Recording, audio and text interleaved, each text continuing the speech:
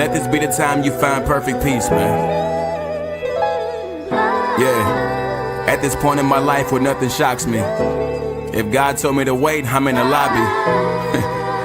Cause even if the world against me, I know that I got me.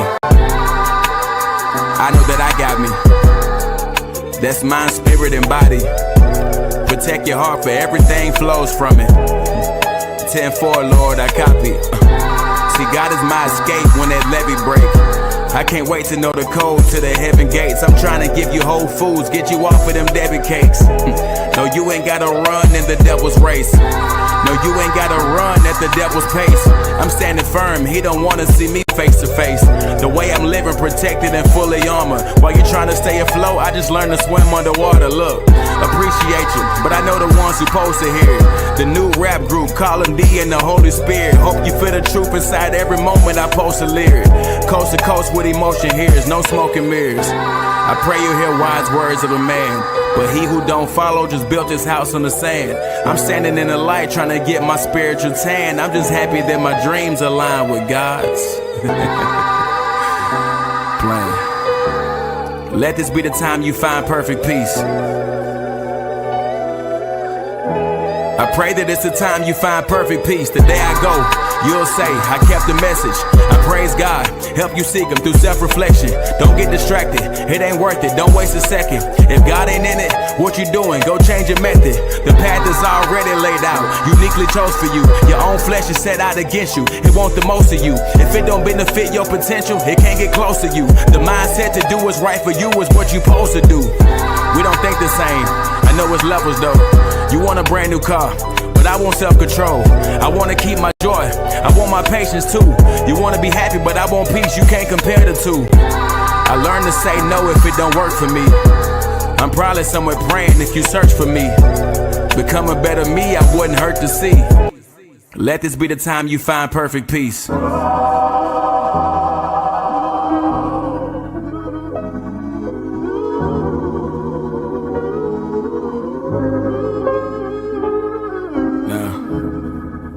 This may not be for you. This may be for the person that you can be. Let us pray. Our Father, who art in heaven, I come to you as your humble servant, asking you to allow the Holy Spirit to guide my every word, so that I may approach your throne in the appropriate manner. I need to thank you, Lord, for all the rich blessings my family and I have received. Hey, welcome back to ARP in the morning. Appreciate you guys pulling up, man. Praise the Lord. Grace and peace to each and every one of you guys, man. I thank you guys for pulling up this morning. I hope all is well with you on this Friday. Getting your day started. I appreciate you guys hanging out with me on this Friday to get your weekend started. I appreciate you all. We have a good show today. Y'all know what time it is. It's Friday. It's panel show day. You know, I got my folks pulling up. You know, we got Minister Denzel. He'll be here in a second. We got my guy, Jason from the J Wit podcast. We got my sister Crystal from Crystal Beyond Labels. And I think that's it. I think that's it today. I was hoping that we get Julio from the X-Ray podcast. I was hoping that we get my girl Celeste Duffy from Celeste _, but I didn't get an RSVP back from them. So hey, it is what it is, but we're gonna make it do what it do. So again, grace and peace to each and every one of you all. If you have not hit that like button already, please make sure you hit that like button on the way in. Make sure you do that for me. And we're going to get things kicked off. But before we do that, it's been a little while, too. I put it in the chat. I don't know if you guys seen it. But, hey, let's do a city-state check. I want to do that. It's been a little while since we've done that. And the channel is growing. The show is growing. And I am humbled, by you all. Seriously. I am humbled by you all. Seriously. I really am. The fact that you guys pull up and hang out with me on a day-to-day basis and support what we're doing over here at ARP. I am very, very appreciative of each and every one of you all. I really am, man. Hit that like button. Subscribe to the channel if you're new. Subscribe to the channel. We're slowly but surely ticking towards that 500,000.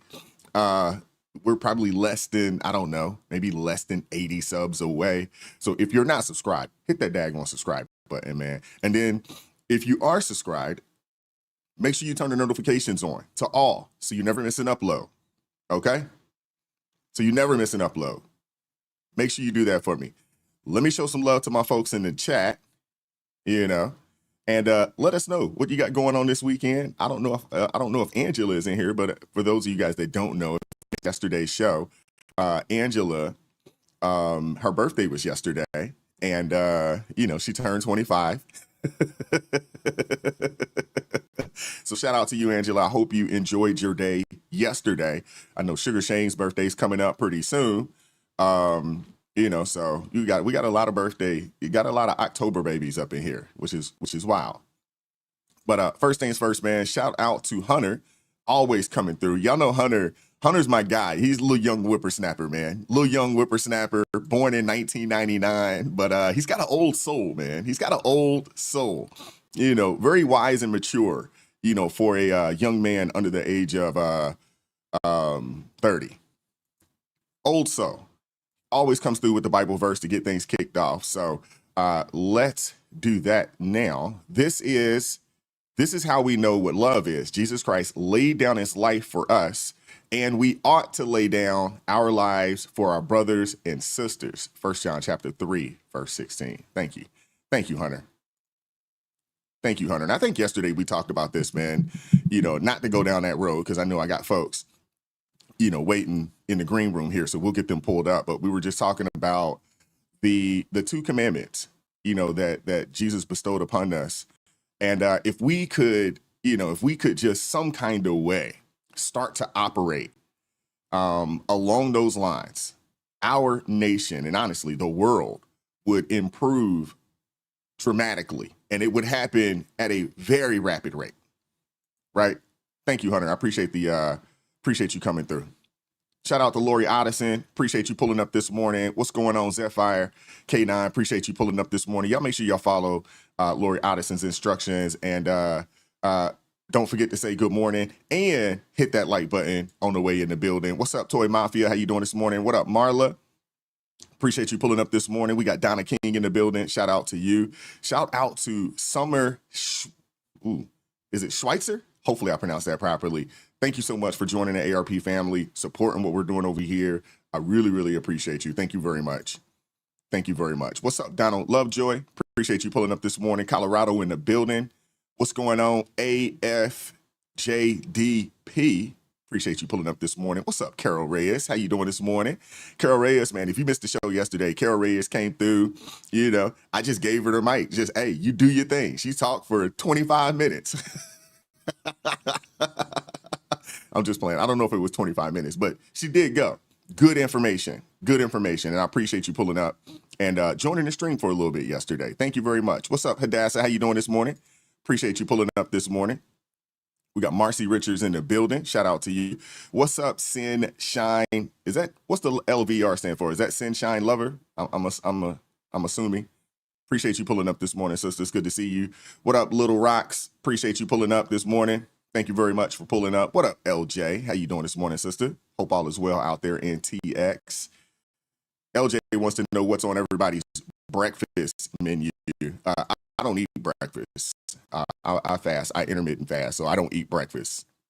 It's very rare. Very rare. Maybe on vacation.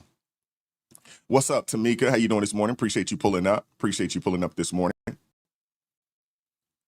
We got Leslie in the building. Shout out to you. Appreciate you pulling up this morning. Who else we got up in here? We got Vicky Vale. Thank you for pulling up. What's going on, Dion? How you doing this morning? St. Louis in the building. Shout out to you. Appreciate you pulling up this morning.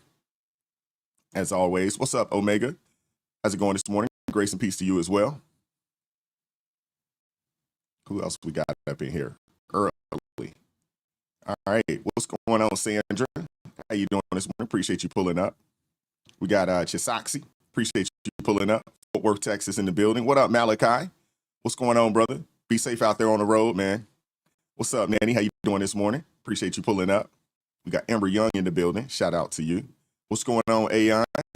Appreciate you pulling up this morning. What up, B? What's going on, B? How you doing this morning? We got Shelby Dodd in the building. Appreciate you pulling up. Let's see who else we got up here. I'm early. We got a lot of folks that were in here early, man. You guys y'all are something else, man. Goodness. I guess a placeholder for you guys, man. Y'all come in here, have your own conversations going. What's up, Jane Fecto? How you doing? Sugar Shane in the building. Shout out to you. Appreciate you pulling up this morning, brother. All right. Who else we got up in here? All right. Okay. I see Minister Danzel in the chat. I don't see him in the green room, but we'll get the folks that are here. We'll get them pulled up. Shout out to Terry Cisco. Appreciate you. The $4 super sticker. Thank you very much this morning for supporting the channel. Shout out to Quincy James. What's going on, brother? What's going on? Appreciate you. Appreciate you pulling up. All right. What's up, Ed? How you doing this morning, brother? It's good to see you. Queen Chloe in the building. What up, D. Surrey? Appreciate you pulling up this morning.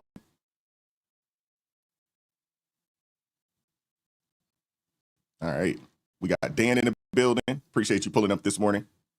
And Angel R. What's going on? Ryan Stegall out of Georgia. Appreciate you pulling up this morning. Let us know where you are tuning in from today. Let us know where you're tuning in from today. City State check. It's been a little while since we've done that. Shout out to Gerard Caswell with the $5 super chat. Says, hope never disappoints or deludes or shames me, for God's love has been poured out in my... Is that right? Has been poured out in my... That can't be right. Through the Holy Spirit, who has been given to me. Romans chapter 5, verse 5. Y'all got to work with me on the grammar here. When I see it, it's hard to compute it if it's not right. Shout out to the brother Jay Witt, man. Gifting 10 ARP family memberships, man. God bless you, brother. Thank you very much, man. Oh, and he joined the ARP family. All right. Thank you. I appreciate you. Shout out to Malachi with the $2 super chat. Says, at least get some Waffle House for dinner. Now, y'all know Waffle House is my spot, man. We don't have any Waffle Houses, around where I live at anyway. I got to drive an hour in each direction. Well, it's an hour and some change going west, and it's about an hour away going east. We don't have Waffle Houses out here. I wish we did. They would get a lot of my money. All right, let me pull my folks up in here. We're still waiting on Crystal. I'm not sure if who else is going to pull up. But let me see. I want to make sure I didn't miss anybody. Shout out to Annie Oakley with the $5 super chat. Says, good morning. I'm surprised by your headline. Oh, okay. Interesting. Well, hey, there's some information out there. It's positive and negative. But, anytime something changes anywhere, where you work at, there are going to be some people that are like, whatever. And there are going to be some people that are going to be like, man, this ain't fair. You always got folks that's going to complain. You already know. You already know. All right, we better not be having one of those struggle streams today with the audio and everything. All right, hold up. I hate when that happens. All right, we got Crystal there. Give me a second.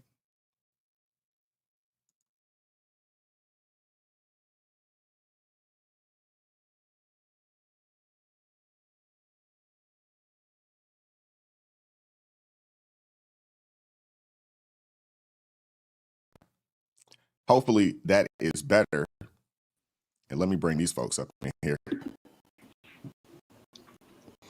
What's going on, family? How y'all doing today? Up in the building. Good What's morning. happening?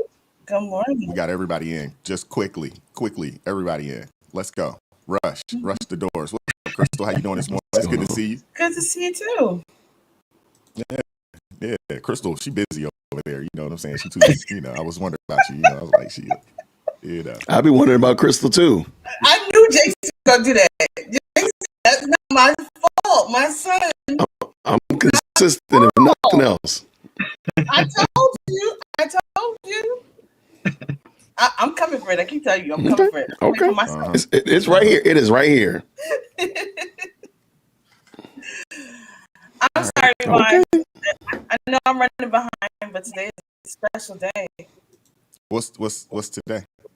Today's my baby sister's birthday. Oh, well, happy birthday, baby sister. All right. She's here. She's here watching. She's one of your silent viewers, but she's here watching you right now. So today's her birthday. All righty. Well, happy birthday. Hopefully we get this audio situation fixed. I might have to just I guess restart my computer. I might have to do that. So give me a second. I mean, come on now. The devil was busy. What's up, Celeste? How you doing today? Good morning, everybody. How's the fam doing? Everybody's all right? Quite well, thank you. Yeah, doing very well. Minister Danzel, thank you very much for pulling up this morning, brother. It's good to see you. We missed you last week, man. Yeah. I know. I'm glad to be here, man. I'm so happy to be here. I'm sorry I couldn't get here last time. I really wanted to be here.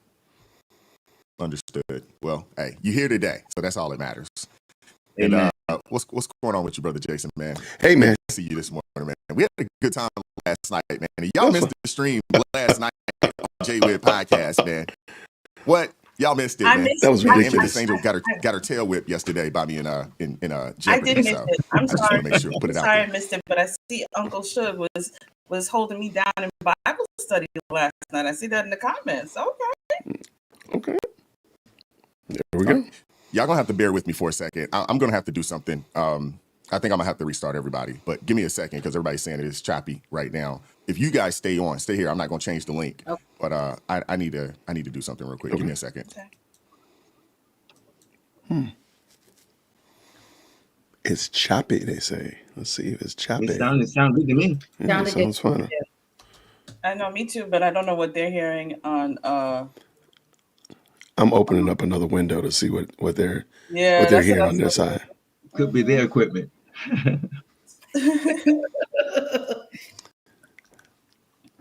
Celeste, I'm reading your book. Thank you so much, friend. That is an outstanding book. I'm looking forward to finishing it up. Oh, okay. So this is terrible. We probably shouldn't even do it. I think we're live. How far did you get? Because it's kind of quick. You can get through it really quickly. Yeah, no, I'm not finished with it. I've been reading slow. I got till Sunday to finish up my book for the week, so I got time. But where am I on chapter? I'm on like page 100 and some change. Oh, so I'm almost finished with it. Yeah. Can you put it in the chat, me, Celeste? So I can get it on Amazon? I certainly can, and I would love to find a way to sign these for you all. Well, when I order it, I think it's important to order it when you order it on Amazon because you get a certain type of category that you actually have the book, you bought it, so that when you do a review or something like that, it has more credibility to it. So once I order it, I'll send it to you. You can let me know where to send it to you. You sign it, and send it back to you. All right, I just put it in the chat. Cool. There we go. I'm listening to us. I think we sound pretty good. Yeah, me too. Yeah, I don't think it might be on Wise's end, but Let me try one more time. Are y'all hearing me good? Because I know people are saying, okay. Why didn't I get an invite? Wonderful. Oh, thank you, Celeste. I'm trying to figure out why I didn't get an invite to Jeopardy. That's all I'm saying. it was impromptu. Okay, I forgive you. Yeah, I guess It was not. It wasn't so planned. hopefully, guys in the chat. B, let me know in the chat. Are we good now? I had to restart my machine. This thing here, man, I tell you. The devil's busy. Don't worry. The devil's Yeah. busy. But Yeah, he ain't gonna facts. win. He ain't gonna win. Never. Yeah, it's crazy. Okay. Everybody's saying it's better now. All right, perfect. Goodness gracious, man. Goodness gracious. And I'm hardwired now, Jay. I figured it out. I got it hardwired now, but hey. We'll do it it again. We can They try to get us. Do an audio check. Every now and then. Yeah. Okay. All right. I think we're good to go. Perfect. I think we're good to go. All right. Cool. Hey, it is what it is. It is what it is, right? We building a plane as we fly it. I tell people all the time, I'm like, hey, man, we building it. This is, one man show over here. We building it while we fly it. Mm-hmm. So it's all good. All righty. So I wanted to start the show off, a little lighter today, and then we're kind of, going to transition and progress into something that might be a little heavy. I don't think today's show will be as heavy as last week's show, with the topics. I don't think so. But I wanted to start here, because earlier this week, and let me see if I can find it, because I had to reboot my machine. Oh, man. Really? Well. Why did you see that troll that Trump did? What I wanted to start with. Say that again. Did you see that troll video that Trump did on I think Hakeem Jeffries or whatever with the Mexican hat? Oh yeah. Oh man, That's I'm sorry. That cracked me up. That's my favorite. Oh, yeah. Timu Obama. I actually. No, he's got a new name now. It's Wilbur Peters. Wow. They say TikTok says he don't deserve the name Hakeem. He don't deserve it. No, he don't. I agree with that. So they just name from gave him a new name in general. Wow. TikTok is brutal, man. TikTok is brutal. Yeah. TikTok is brutal. Give me a second. I want to pull up this. I want to pull up this clip here. And Celeste, I'm glad to see you here. I wasn't for sure because I was like, I didn't get a message to say that, hey, I'll be here or I won't. I wasn't for sure. You can count on me. Got you. I appreciate that. You almost made me start singing that song, girl. Don't do that. I was going to start singing. If I can sing, if I could sing, we could do it. Yeah. Oh Lord. Uh-oh. Well, as long as you're singing a gospel song, nobody will boo you, right? Right. You won't get booed if you're singing gospel. No, you will get booed if in gospel. Wow. I think it was first done by CeCe Winans and Whitney. So, and I want to say it was for CeCe's gospel album. So yes, it might be. Yep. Yeah, so that could qualify. Amen. Yes, it does. All right. Well, so I can't find the video. Yes. My spot was tentative anyway. So well, I need extra time. We have until Tuesday and Wednesday, according to the African pastor. He moved it to Tuesday and Wednesday. So ooh, that's gonna be tight for me. Yeah, that might be a little tight. All righty. So I want to start here. This young lady here said that conservative men are not masculine.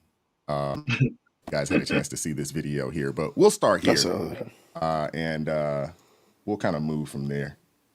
Give me a second. Conservative men who think they're masculine are hilarious. You are not masculine. You are not masculine. There is nothing masculine about being uncomfortable in your own skin around gay people, especially gay men. Nothing masculine about that. There's nothing masculine about driving some souped up diesel truck with big ass tires because you have little dick energy. There is nothing masculine about the fact that you go to work and provide financially for your family, but that's all you think you have to do. That's it. Stops there. That's enough. You don't have to help out around the house. You don't have to help with the kids. That's enough. There's nothing masculine about being this tough guy who holds in all of his emotions and then letting it come out in shit behavior and anger and not communicating at all.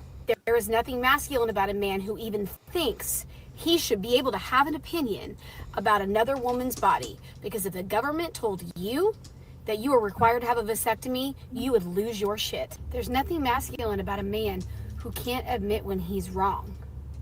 There is nothing masculine about a man with zero emotional intelligence. And lastly, there is nothing masculine about a man who doesn't care about other human beings and doesn't educate himself properly.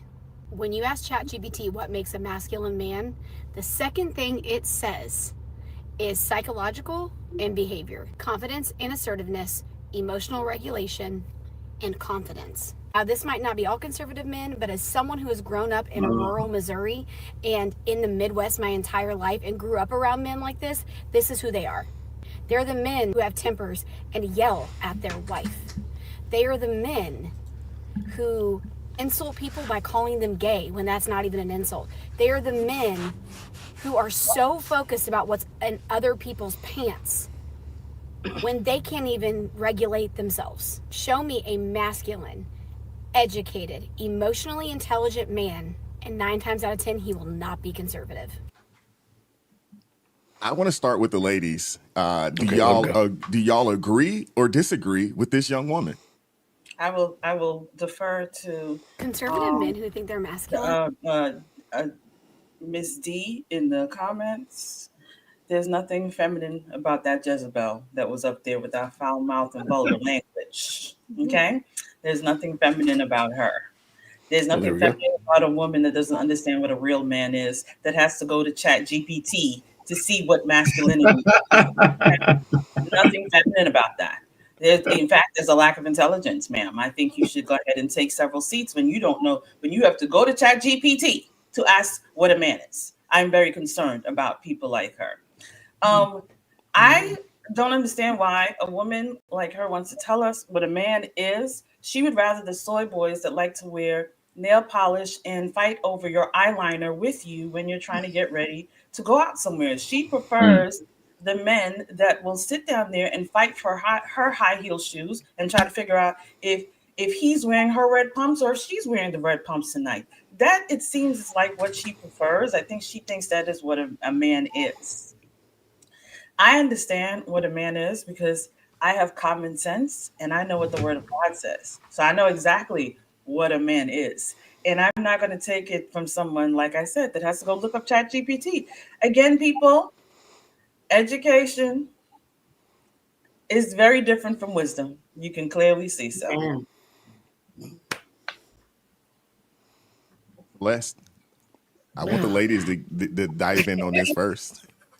Well, I'm convinced that ChatGPT was written by a woman. So the first thing she tried to do is ascertain the author of who wrote that. That may give us some perspective. I do not blame her. In fact, as with many things, the greatest transmitter of culture is the school system. So I place almost always most of the blame at the feet of compulsory education.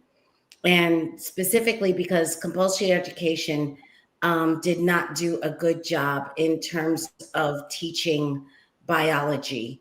In that, in an honest way, women really don't know what a man is, particularly if you did not live with your father. It is very difficult for you to know what an actual man is. And which is why, to Crystal's point, you will be looking it up at ChatGPT and all types of other sources to get that information for you, because what you don't realize, and you come from a culture that was transmitted to you through the school system that says that men and women are the same. And so what she thinks is, and she's correct, that there are lots of bad men out here because what they're bad at is being women. And that's why she thinks that they're not good men and they're not men, because they're not as good at being a woman as she is. But in fact, unfortunately, men are distinctly different from women. And so they shouldn't be much like us at all in lots of ways. And it is normal and natural. And women have been taught to think that normal, natural male behavior is an aberration, is aberrant. And that is not true. So when I just want to say, when I think about, and I've thought about this a lot. In fact, I'm writing about this, this question of masculinity and manhood.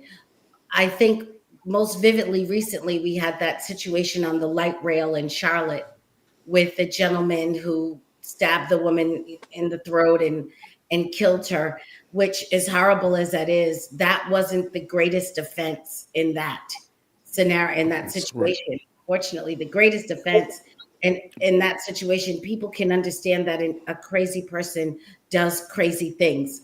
Normal people can understand that, and we can process that. What people could not process is the so-called sane men that were in that cart that walked up to that woman and looked at her like she was a curiosity or a freak of nature and could not figure out what to do. And they would just go and look and then go back to their seat and wonder and could not figure. They didn't know if they wanted to help. They weren't sure if they should try to detain the man.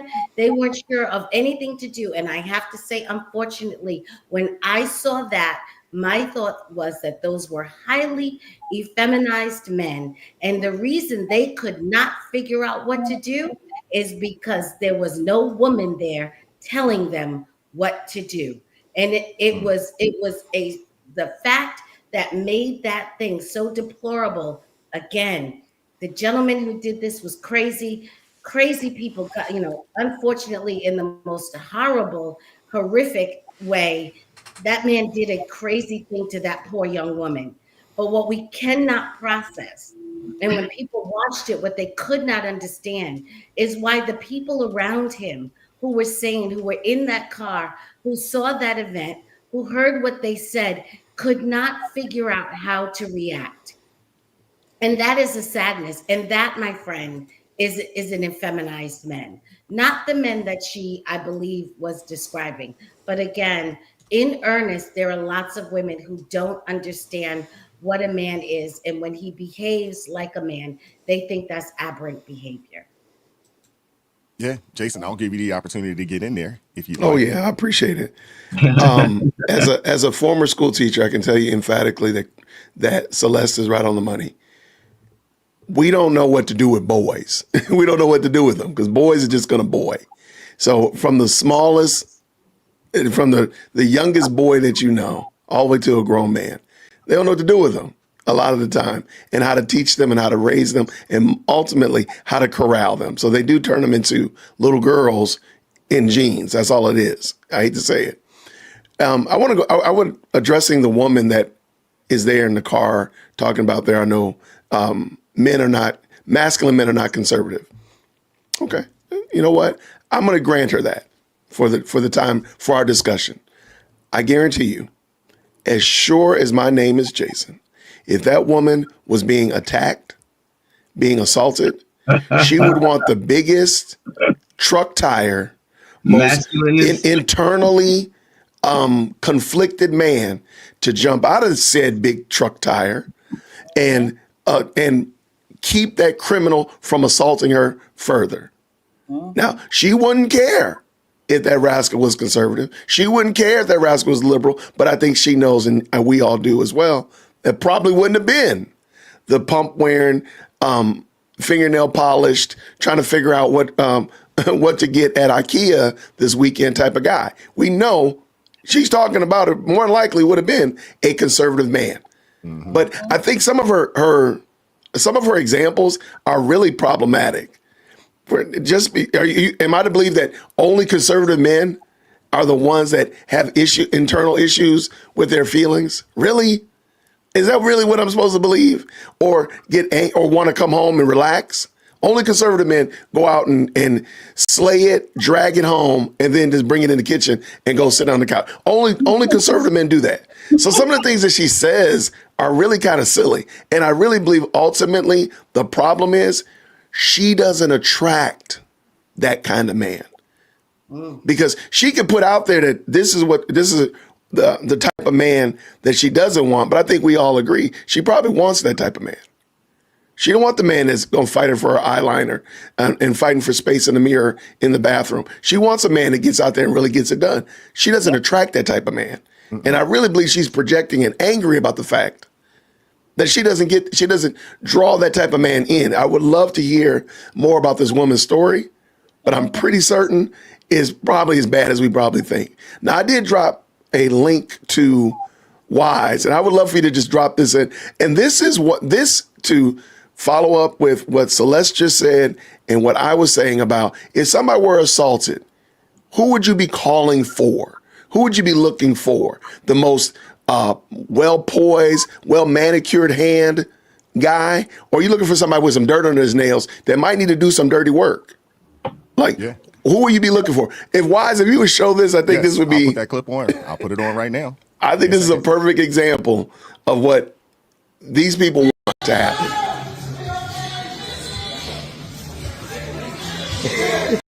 He's not even trying. 2 women. They're starting to laugh. Look at them. I believe in you. They're police. Whoever wins, I believe in you.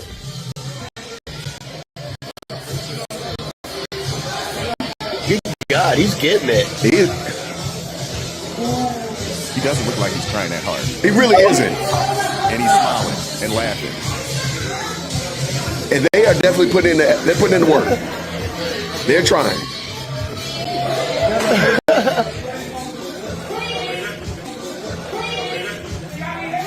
And here it comes. This is what she wants. The cops can't do their jobs. Watch this. They cannot subdue a 140-pound Hispanic guy. That's what she wants. But that guy did.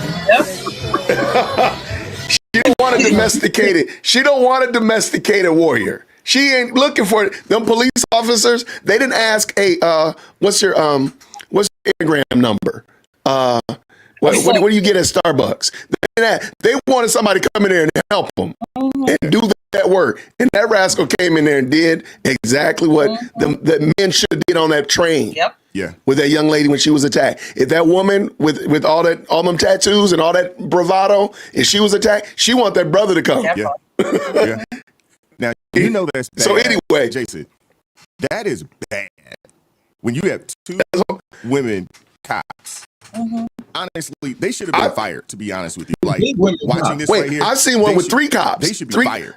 I've seen one with 3 chicks. We're not able to stop a guy. And this was a little dude. This is he wasn't big at all. He couldn't have weighed more than 200 pounds. I mean, this is a guy probably 140, 150 pounds. And they couldn't do anything with this guy. Nothing. So sad. It's ridiculous. So sad. So sad. They should be fired, to be honest with you. Like, or maybe a desk job or something. You shouldn't be out on the streets. You should not be out on the streets. There was a story out in Nashville, probably maybe 3-4 years ago, maybe a little longer than that, where a similar situation, but the dude was a lot bigger and he beat the brakes off of this lady. And she couldn't do nothing about it. And fortunately, other men showed up and helped get the dude off of her. But I mean, come on, man. Minister Vance, I'll give you an opportunity to get in there. What do you thoughts? Thank you. I have to say, I agree with 99.999% of everything that was just said about that video. But I'm surprised that I finally disagree with Sister Celeste on one point. I do not excuse that lady a bit. And I cannot let her education be the sole reason for her condition. This lady knows exactly what she's doing. She's playing to her woke crowd. She's trying to gain some street credit. She's trying to gain some street credit. This is what they do. They try to let people know just how woke they are by spewing that stupidity. You know, and anybody that had someone with Alzheimer could have refuted most everything she said in that video. And it'd be nice to see somebody to her that knew her to actually challenge her on what she's saying, because a lot of stuff she said, I don't even think she has any clue about. You know, to come up to say that a conservative man does not know what masculinity is, it's crazy. But again, she's trying to appeal to her base, and she's trying to get clicks. And people like that don't care about how stupid they sound. They are concerned about aggrandizing themselves to their people so they can go out and feel good about themselves. Yep. And unfortunately, the sad thing about this is that there are people who will believe that foolishness. And I thank Jason for the link and for that video, because when you see what real men are, and you compare them with the kind of man that she was defending, it's not even no comparison. Mm-hmm. It's sad. This is the kind of mentality that a lot of our young people are being influenced by. And it's sad. They don't know what a man is. They don't know what a woman is. They don't know what a masculine is. Or they don't know why masculinity is necessary. It's sad. It's the confusion. They thrive on confusion. They thrive on twisting reality to shape their own, to make themselves look good. And they have to do this because you have to understand, if they allow things to flow naturally, they will look like nitwits. And they know this. So they have to create an environment where people think the same way they think. And to do that, they have to keep on challenging all of the norms. And they do it, unfortunately, they do it effectively because they have the media for a long time. They had the media for a long time. They had the education system for a long time. And this is the sad thing about it. My last statement is that I'm concerned that we as conservatives have allowed them to co-opt the education system. And we have allowed them to co-opt the media for such a long time. We have allowed them to co-opt prime time. You know, where are the conservative primetime programs on TV? Where are the conservative talk shows? Where are the conservative sitcoms? You see what I'm saying? I really don't understand why we allow them to do all the producing. Where are the conservative animations? All the animations I'm watching, they have to get homosexuality or something like that in there. I mean, no matter what kind of program it is, they stick it in there. And I'm looking to find a real, true, bona fide conservative Christian, a conservative program. You don't even have to be Christian, just conservative. Now think about the sitcoms where they incorporate religion in. Look at every one of them, and look at the way they portray Christianity on those sitcoms. They are not biblical Christians. No. So my point is that everywhere you look, you look at it, it's a misrepresentation of true Christianity, a misrepresentation or a lack thereof of conservatism. So I put that on us. We can't blame them for doing their thing. We just need to step up our game. I agree with that. I don't know if you guys have seen Churchy, you know, but it's it's what you described, Minister Denzel. It is exactly what you described, Celeste. I don't know if you've had a chance to see it. And if you haven't, you're not missing anything. To be honest with you, you're really not.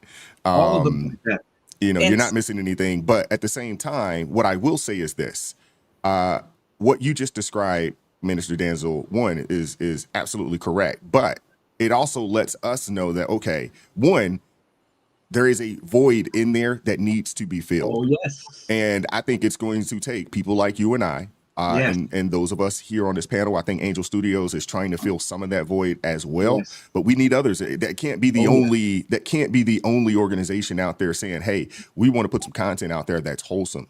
Right. We can't be the only ones. Amen. And I do agree with you in the sense of when you start thinking about the cartoons and things of that nature, and we're going to talk about that because I have some clips, you know, about Netflix. I want to bring that up today as well. But there's an opportunity. See, I'm one of those kind of people that when I see things like what you just mentioned, you know, I don't expect the devil to be anything but he is. But what he is, I don't expect him. You know, so when we start talking about Hollywood, we can't expect these people who we know are wicked and evil, who have an agenda that they want to push that is wicked and evil. We can't expect them to do nothing more than what they're doing. Yes. We should believe that. We should believe exactly who they are and what they're about. Amen. I was talking to a youngin earlier this week, and he was telling me that, conservatives run the media. And they run, you know, all. I was like, dude, what rock are you living under? Seriously. I'm like, what planet are you on? Like, do you not see what's going on? I was like, conservatives run the media? I'm like, dude, Hollywood, you know, all the music industry. I'm like, all of it is ran by people that would consider themselves liberals. Yes. And most of them would be like super far left progressives, you know, out there. And he was sitting there like, oh, no. I was like, dude, I'm like, I don't even understand where you got this from. You know, to be honest with you, I really don't. But a lot of his information, it was just wrong. It was. But he believes what they say. See, he's in that bubble, and whatever they say, they believe it. And that's the scary thing, that they think they are educated because they're being spoon-fed this crap, and they don't bother doing their own investigation. I have a question. Why is it that for a man to be a real man, he has to be lock arms with somebody that is gay? I'm very confused by that statement. I don't understand why that determines if someone is a real man. Not rational. But also, that's where I was saying, like, she's mixing up things. So there's that argument, but then there's the thing about you don't want to come home and help with the kids. Like, how are those two things the same? Exactly. So I agree with not you. the same, but it's also not true. I mean, I'm a conservative man. I raised my children, and I played a major part of their upbringing, from giving baths to coaching teams, and everything in between. Cooking dinner, or kind of cooking dinner. You know, I don't really cook that well, but there was a time, you know, when the kids, they really loved. We used to do, the kids used to like rice cereal. we didn't buy a lot of cereal, but they would eat like rice cereal with butter, sugar, things of that nature. Not good for you, but the kids loved it. And those are the kind of things, that I did. And I know a lot of men out there who are fathers that, yeah, they're involved. Yeah, they go to work and they come home and they help. Yeah. So I don't even know what this lady is talking about. Somebody said in the comments, and I agree with them. They said that she is mixing up an abusive man with a conservative, God-fearing man. Because I have my grandfather, my father, conservative men. They took care of us. My father cooked when my mother was out to work. Mhm. They switched roles, and he took care of me. My grandfather took care when we were in school. He would pick us up from school, make sure that we had food when we got home from school, stuff to eat and stuff like. They help raise their children and their grandchildren. So what she's mixing up is an abusive man, exactly what Jason said. An abusive man could be found in a conservative space and in any demographic. Space. So to make that statement sounds ridiculous.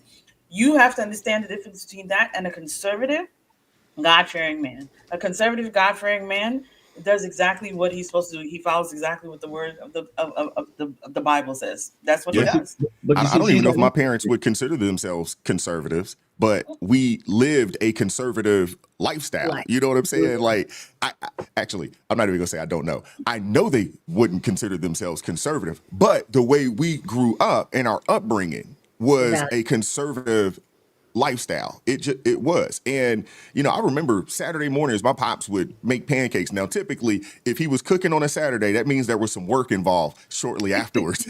Absolutely. That means we getting out there, hey, they going to feed you, and then we going to work on a Saturday.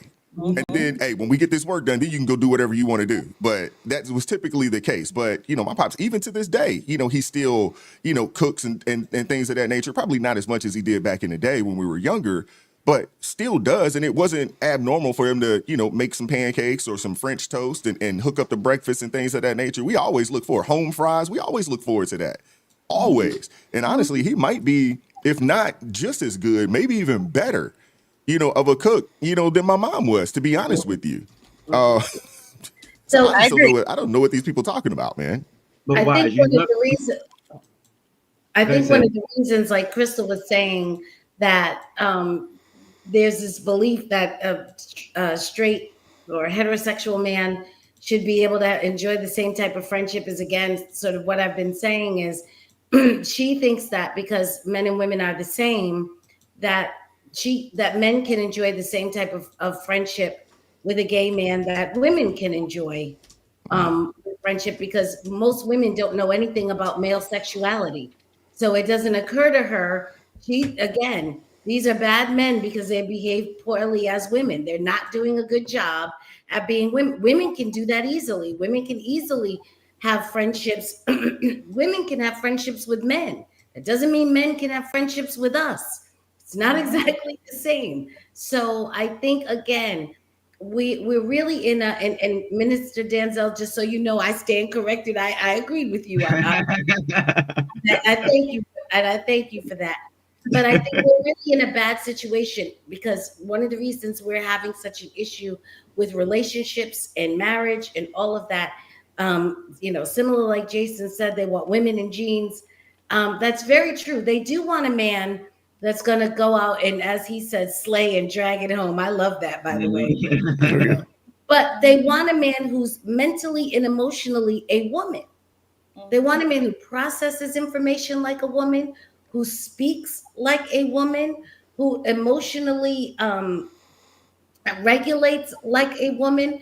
It is very difficult in the way, yes, they think they want a man, but as soon as they get one, maintaining a relationship with him is difficult, because, again, he's not woman enough for her. Amen. Why, you remember she had a brief moment of sanity. She relapsed into a brief moment of sanity where she says, I'm not saying this is all conservatives. And then she went back into her insanity. So, there is hope for them. They sometimes, when they talk, if you let them talk long enough, they'll start talking sense. and then they'll catch themselves. so where is this? Where does this ideology? Is this ideology born on these college campuses where there are not a lot of men? You got to think probably over the past maybe 20 years or so, there's not as many men, and that's white, black, and whatever that are on college campuses. So is that where that ideology comes from? Is it just due to the fact that there's just not a lot of men? You have to understand. Remember, they're constantly exposing themselves to woke media. They feed off of it everywhere they go. They look for the websites, the social media, the TV program. They're constantly being fed this stuff. So this has become their normal way of thinking. No matter, so they can be in the most extreme holiness church, where you have everybody that's just that's about as conservative as you can be, and they will see their perspective. So it doesn't make a difference where they are. Once they get inundated with that kind of mindset, they see the world is seen that way. So it doesn't make a difference where they are. That's why our job is to confront them directly.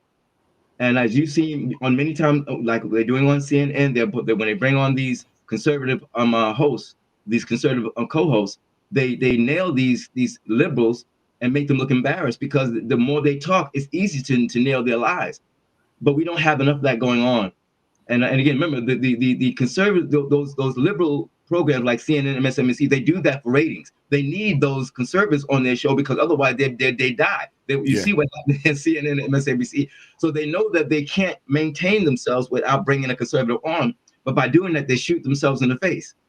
Because now anytime you have the two ideas being able to be expressed on an even playing field, they get smoked.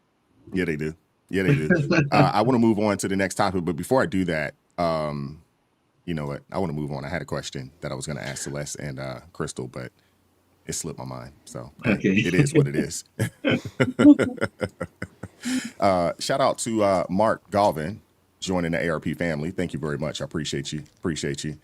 I want to share a couple clips. I have a couple of clips. These are some of my veterans out there. Not veterans. These are active duty folks and some veterans. But I want to share this with you guys just so you guys get a chance to see it. Can we take a second, Wise? Go for it. Real quick. Somebody asked what was Celeste's book, so Celeste could put her book in the chat. And then also, Wise, can you just talk real quick and make sure, because people were saying at one point the audio was choppy, and I just want to see if it's been resolved. Okay. Celeste's book is The Ass Backwards Way to Move Forward. I will have one of the blues. We'll toss it down in the... I'm putting in the chat now. You're putting it in the chat now? Okay, perfect. I'll do the same as well. All right, perfect. Sounds better. It sounds better. Mm-hmm. Okay, perfect. Thank you, guys. Yeah, it's got to be an internet thing. It's got to be. I think it was a setting. Did you make those changes? I emailed you. No, my settings are the exact same as they always are. Right. Is your settings in StreamYard though the same as the ones I sent you? No, my settings are different. I use reduced mic and stereo audio. Change it. Okay. Let's say like this. If anybody says that it doesn't sound good, maybe you should change it. Just an idea. Okay. I mean, it's the same settings I've been using for, almost forever. 4 years. I got you. But okay. It might just be an internet thing. Are you using that Obama phone though? That Obama Wi-Fi? That's what it is. We don't have any choice. Stop using Obama Wi-Fi, man. We got one provider. That's it. Verizon. That is it. There's no other options. What's up with that, man? They already lock people in like that. Yeah, there's no other option out here where I live at. I tried that. There was another organization that had some flyers going on, and I was just like trying to get in there. It's like, oh no, not in your area. Verizon's got Google us Fiber block out here. Yeah, I got Google Fiber. No, it's only Verizon. That is it. That it's a monopoly, man. It's wrong. Yeah, some people get locked in like that. It's unfortunate. Yeah, there's no other option. It's crazy. But let me pull this up real quick. All right. We'll start with this, brother. I got a few clips to share. So here's the deal. I'm going to be very frank when I say this. When you implement a policy, Beards, that disproportionately affects a specific group of people more than others, then you implement another policy, baby hairs, that disproportionately affect the same demographic but the female equivalent, that's not a coincidence. But I just want to know, very curious, what y'all doing about them suicide rates? What y'all doing about the growing sexual assault cases? Shark cases, if you will. Genuinely curious. We got all these changes going around. What are we doing about those? What are we doing about the sailor that just got unalived because folk wanted to sweep under the rug a predator that a ship failed to prosecute?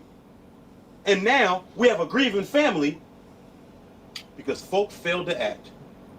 But we care so much about beards and baby hair, though. Genuinely curious. Good day, goofies. We got a few more.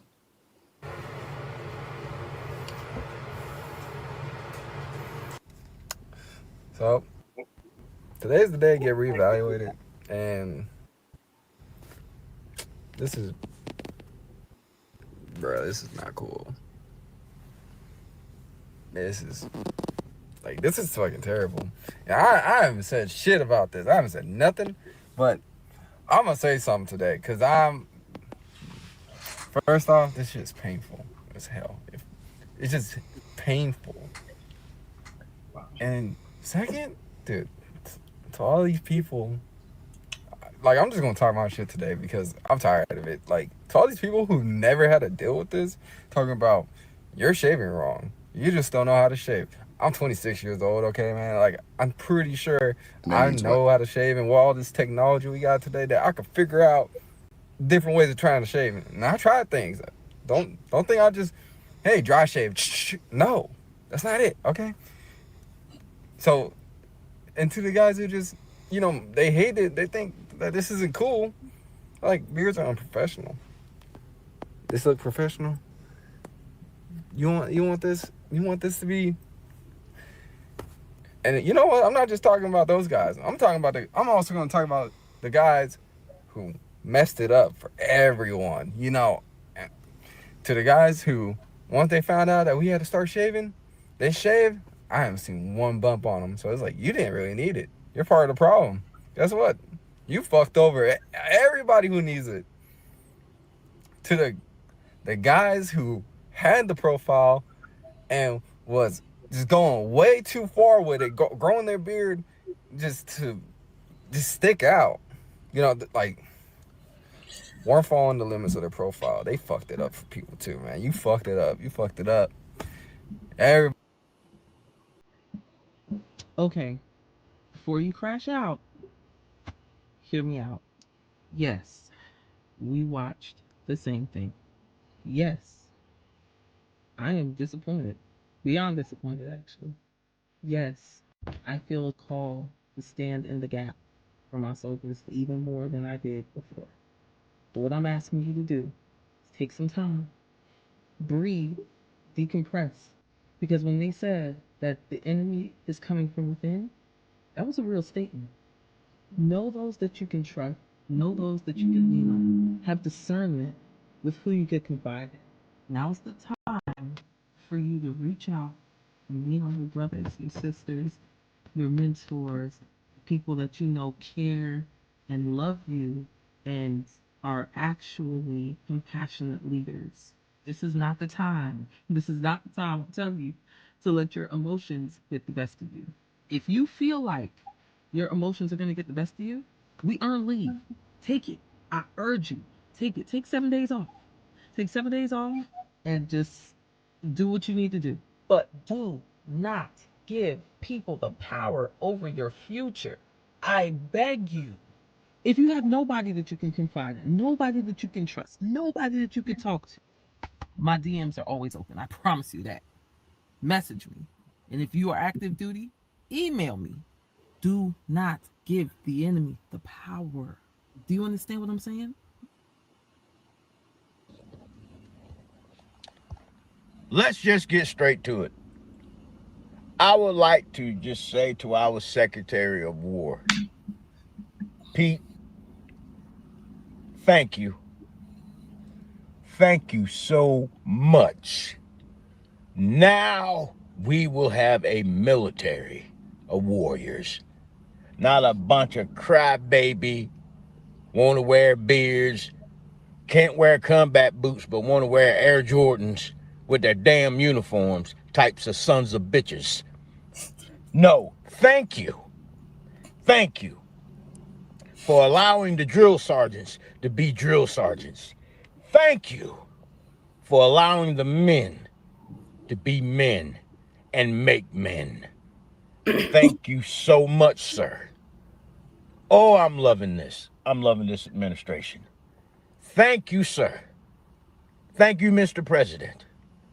And thank all of you that support this administration. God bless you. All right, let's talk about it. Let's talk about it. It's already being asked. The new changes to the wearing parents. All right. And let me say this: these aren't really new changes. If you were in 10 years ago, if you've been in 10 plus years, this is how it was. Actually, it's got versions, better versions of what it was when you first joined. Like I'm just saying, if you've been in long enough, we just, hey, this is how we were brought through the military, through what they've put out, through what they've changed. That's how it was when we came in. So it ain't new for us. But I'm gonna tell you guys this: for the newer generation that's coming in, I get it. I understand why you're upset. I get why you're complaining. Like, I get it. But I'm also gonna say this: you gotta get over it. You gotta get over this shit, because you chose this life and you continue to choose it. You continue to re-enlist every year. So it's like, logically, I'm thinking, hey, you decided to do this, so why is it so hard for you to follow the standards and regulations, the policies? It shouldn't be, because you knew joining the Army that there was structure. You knew what the hell you were getting into. And I say this so much because the newer generation acts like they didn't know. It's always going to be, I'm always going to be flabbergasted. But I will tell you this: as a drill sergeant, as an NCOIM, I will follow all rules and regulations. So any soldier, any trainee I come in contact with, they will do the same. And that's it. And that's it. That's all. And that's period. You know what I mean? Like, I don't know how else to put that to people on here complaining. At this point, you probably just got to get out, man. And I don't mean no disrespect to that. You probably just got to get out. That's all I'm gonna say. Alrighty. I wanted to get those in there real quick. And I want to go first. Go ahead first, military man. I was in the military. I think all of you guys know this. I was there, and I did not have a beard, and beards were not allowed. Now, mind you, I've been out now since 2004, I believe. Is that right? I think it's 04. So at this point, it's been 21 years, since I served. And I will say this: Black men, we cannot use those triple blade razors. Not made for us. They're not made for us. And to be honest with you, I don't even think the single blade straight razors are really made for most of us. They're not. But there are ways to shave and not get the bumps and things of that nature. There are ways to go about doing it. I figured it out. I realized, even to this day, I have a bald head. I don't use a razor on my head. I don't use a razor on my head. I know that my skin, it's sensitive. My hair, I cannot use razors, not single blades or triple blades. I found out early that, hey, in order to shave, I have to use electrical clippers. I have to use T-liners in order to shave. I rock a beard, not because I have, issues, with shaving. I rock a beard because wifey loves the beard. This is solely for her. If it was up to me, I'd be off with almost like Minister Denzel, but not completely like Minister Denzel. I'd have the goatee thing going on if it was up to me. But wifey loves the beard. But the T-liners work. Yes, they do. They work, and they will shave you close. And I use it. I shave my head, my neck area, things of that nature, and I don't get the razor bumps and things of that nature. You got a lot of people out there complaining. My son right now, who is in serving, he come home, the first time I saw him with a full beard, I'm like, bro, you're in the military. Like, what are you doing? He was like, oh, Dad, I got this saving thing. And I'm like, bro, you know how to shave. He was like, I know. But if they're going to let us rock beards, I'm going to rock a beard. Whatever. I'm like, man, the military has changed. Yeah. But you have all these people out here complaining. You know what time it is when you sign up. There are rules and regulations. And it's not just about your hair. It's also about the ladies and these nails, what type of nails you can have, how long they can be, what colors they have to be. There's all types. This baby hair thing, it wasn't a thing. I don't know when that thing started, but it wasn't a thing 20 years ago. It wasn't. It just wasn't. But all these folks out here complaining. And like the one lady that ended this, if you've been in 10 years or longer, this isn't new. You know what I'm saying? This is how it's always been. And all the folks out there complaining that, oh, I can't be fat and looking crazy in my uniform anymore. No. You got to shave your face and look like someone that is in the military. The women, with the crazy hairstyles, that's a no. Like, if you don't like it, hey, don't re-enlist. Get out. There were things that, I didn't necessarily care, about the military. And I know a lot of people that decided that, hey, I'm going to do my time. When it's over with, I'm going to get up out of there. You know what I'm saying? I served my time. I did what I need to do. I'm gone. And I don't have a problem with that because I don't think the military is for everybody. It's not for everybody. But the folks in there complaining because for the past probably 4 or 5 years, really probably since about the pandemic, it's been super lax. This has probably been the most lax military that we've had in our nation. And we have so many people because of the pandemic, there were no PFTs. So you had, I don't know if you guys have witnessed it on TikTok and some of these other places, but you got out of shape soldiers, out of shape sailors out there that look bad in their uniform. There was a time that when you saw a person that was in the military, they looked like it. Not now. Not now. Now that is changing, but man, I would see people now being out here in Celeste, we're in this area where we see a bunch of military folks. And sometimes you see it was like, and they in uniform, like, wait, that person's in the military? How? Looking like that? They're about 50 pounds overweight. It's ridiculous. And the fact that we finally have somebody in there saying, nah, we're going back to the way it was. We have to get this in order. And the thing people don't understand is that it's national security. It's a national security issue when you have people that can't pass the PFT. When you have people that can't bend over and touch their toes because their gut is too daggone big, that's a national security issue. And all these folks out here boohoo whining because you got to shave. And then the one dude, say, oh, it's a race thing. Nah, it ain't race. You just need to figure out how to do it. Hey, black people and white people, for the most part, don't go to the same places to get their hair cut. Black women and black women, and white women don't typically go to the same place to get their hair done, the same type of salons. There are different ways that we have to groom and take care of ourselves. We're different in that way. Just figure it out and do it. Mm-hmm. Minister Jason, whichever one of you guys want to go. It just made me mad just looking at that because I'm like, man, y'all complaining about nothing. Well, yeah, I'm glad that you said what you said, Brother Wise. I agree with you 100%. But there, you started going off into the area about what was going on before Trump got in. The last administration has totally effeminized the military. They have the things that were going on in the military. It's not just about the hair, and it's about. You had a high-ranking official in the Army who was a transgender man, and they were making commercials. They were making feminine commercials. They have literally infiltrated our military with woke sickness, and it was the norm. And you talking about national security, man? This is serious. In the military, I'm surprised they even allow these officers to post these things online because you're actually speaking against your commander in chief and rules that you shouldn't be able to do. That's also insubordination. See, these woke-minded people were taking over, and what they're trying to do is bring it back to the normal of what the military is supposed to be about. So, to hear the brother talking about, look at this, and he's unstable.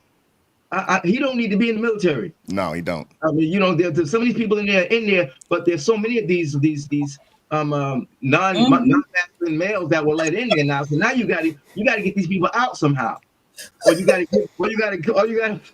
to set up a special platoon for them where they don't do anything that's masculine.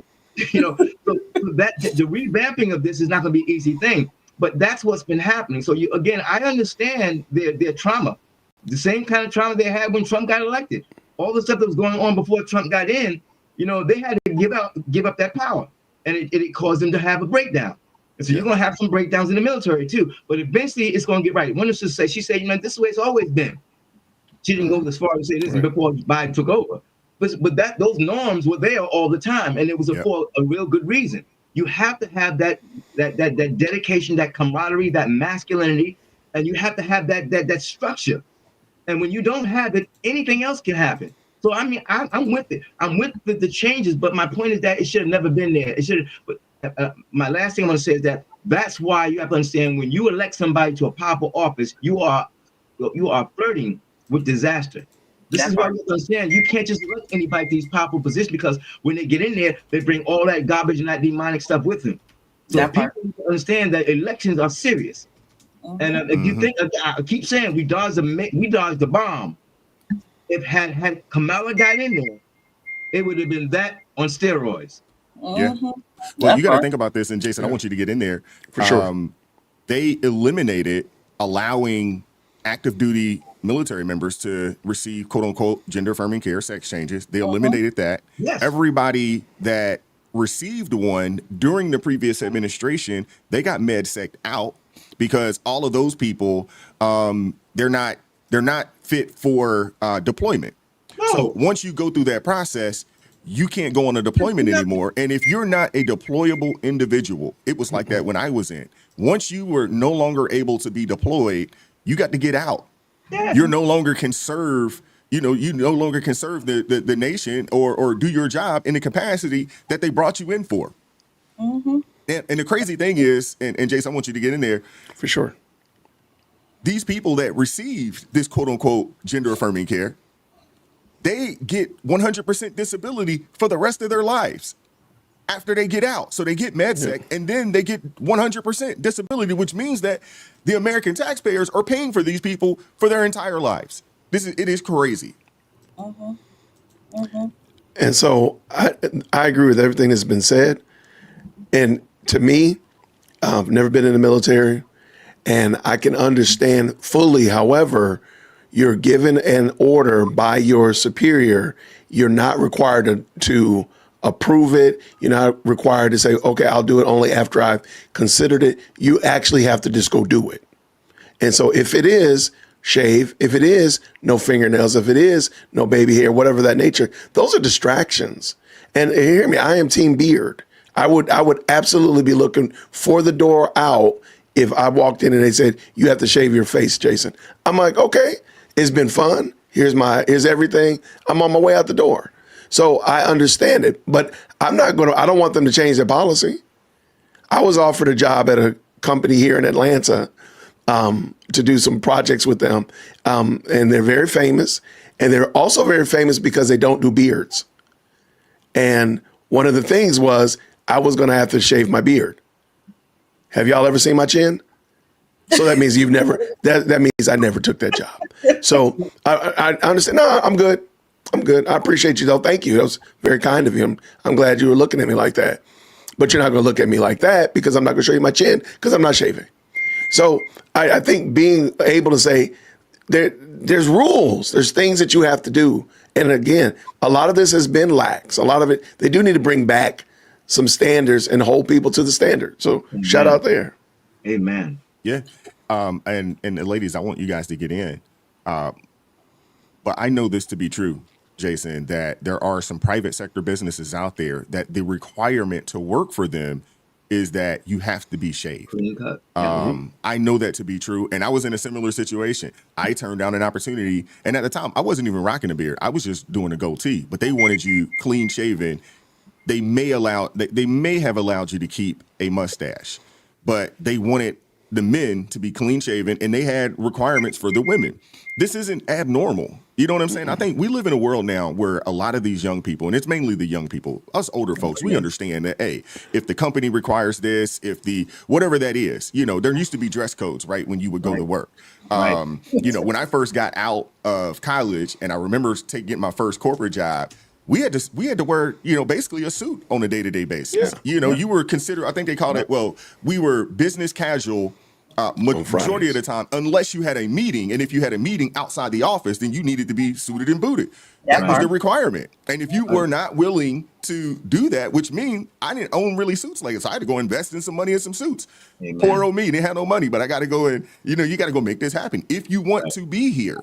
That's I think right. we have so many people nowadays that feel like they can just entitled come and just go to work and hey, I deserve this job and I should be able to come here however it is that I want to come here. And that's not right. Celeste, I want you to get in there. What are your thoughts? First of all, I want to say I am infatuated like a middle school girl with anybody who imposes a standard. I'm so sick of the lack of standards, and partly because the adherence to a standard to me makes you trustworthy.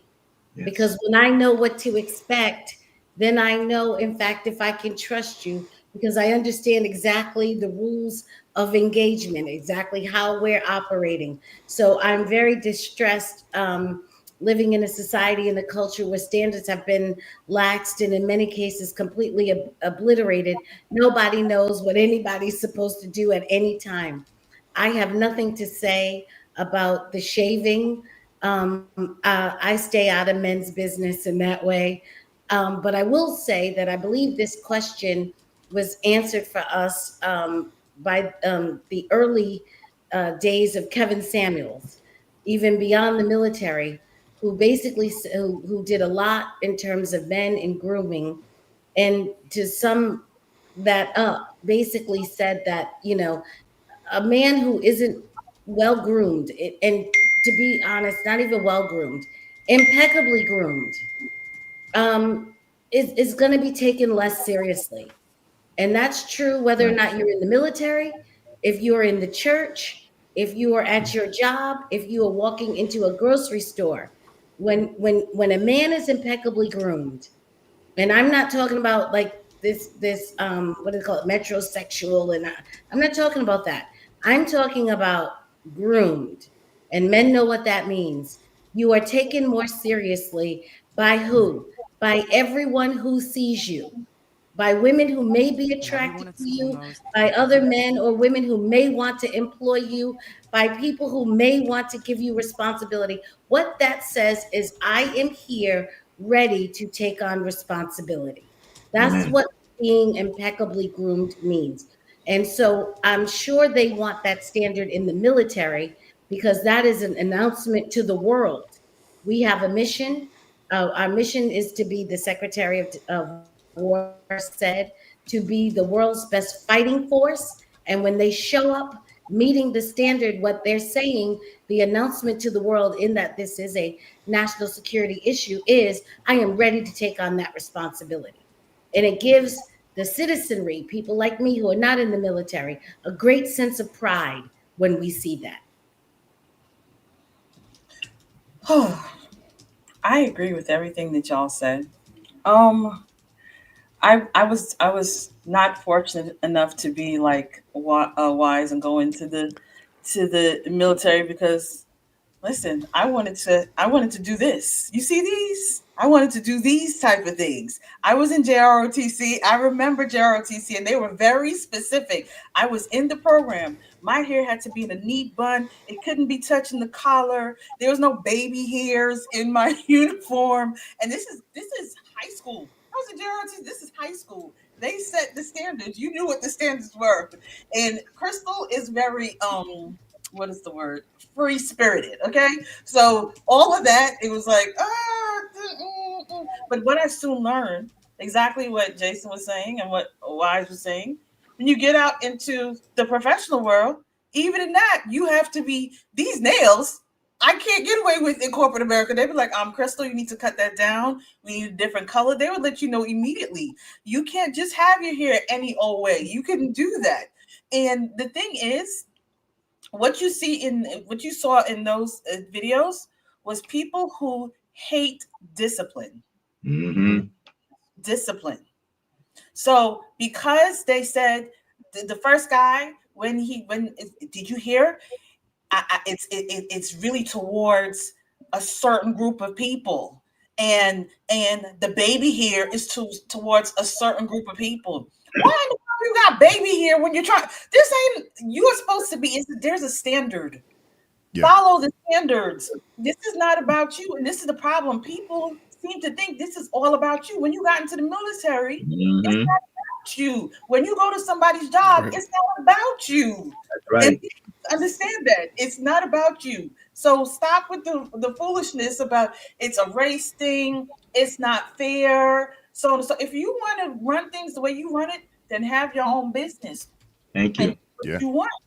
But with And that even being then, there's said, going to be a standard that that's you're what going to I'm have saying. to uphold because your customer is, they're going to, They're gonna like it. you work for them.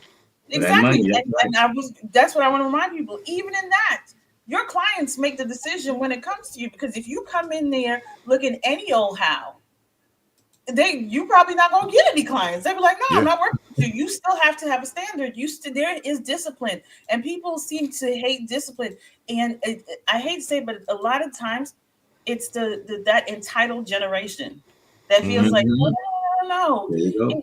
No, I need y'all to, I want y'all to see me, hear me. It's not about you. Stop being entitled. You are a servant right now, meaning you are serving the military. You have something to do. Do what you're supposed to do. Put that hair up nice and neat. Fix yourself. As Wise says, there's a way, because I know that too. My dad has a beard and he's bald too. And there's ways of cutting it so that you don't have those things. Stop complaining. Stop saying that. Stop making excuses. Just do what you're supposed to do. As the drill sergeant pointed out, you knew what you signed up for when you got in here. So don't sit here and try and start complaining. You signed up for it. You agreed to it. So do what you're supposed to do. Amen. Yeah, you're absolutely right. I got a couple super chats I want to read. But yeah, you got all these folks out here that, are like, oh, well, I'll just start my own business. Well, when you start your own business, your customers, the people that you serve, you work for them now. Somebody is going to, tell you what to do, or they just will not do business with you anymore. They won't buy your product. They won't, utilize your service, whatever that may be. They won't do it. And the thing too is that when it comes to the women, the baby hair thing, like, no one is saying that you can't have this after work or on the weekends. They're saying that these are the requirements while you're in uniform during the workday, while you're in uniform. Now, what you do with your hair for women is a little different. For men, we can't just, I guess nowadays, you got the weave beards now. If you wanted to go that route, I mean, I guess you could.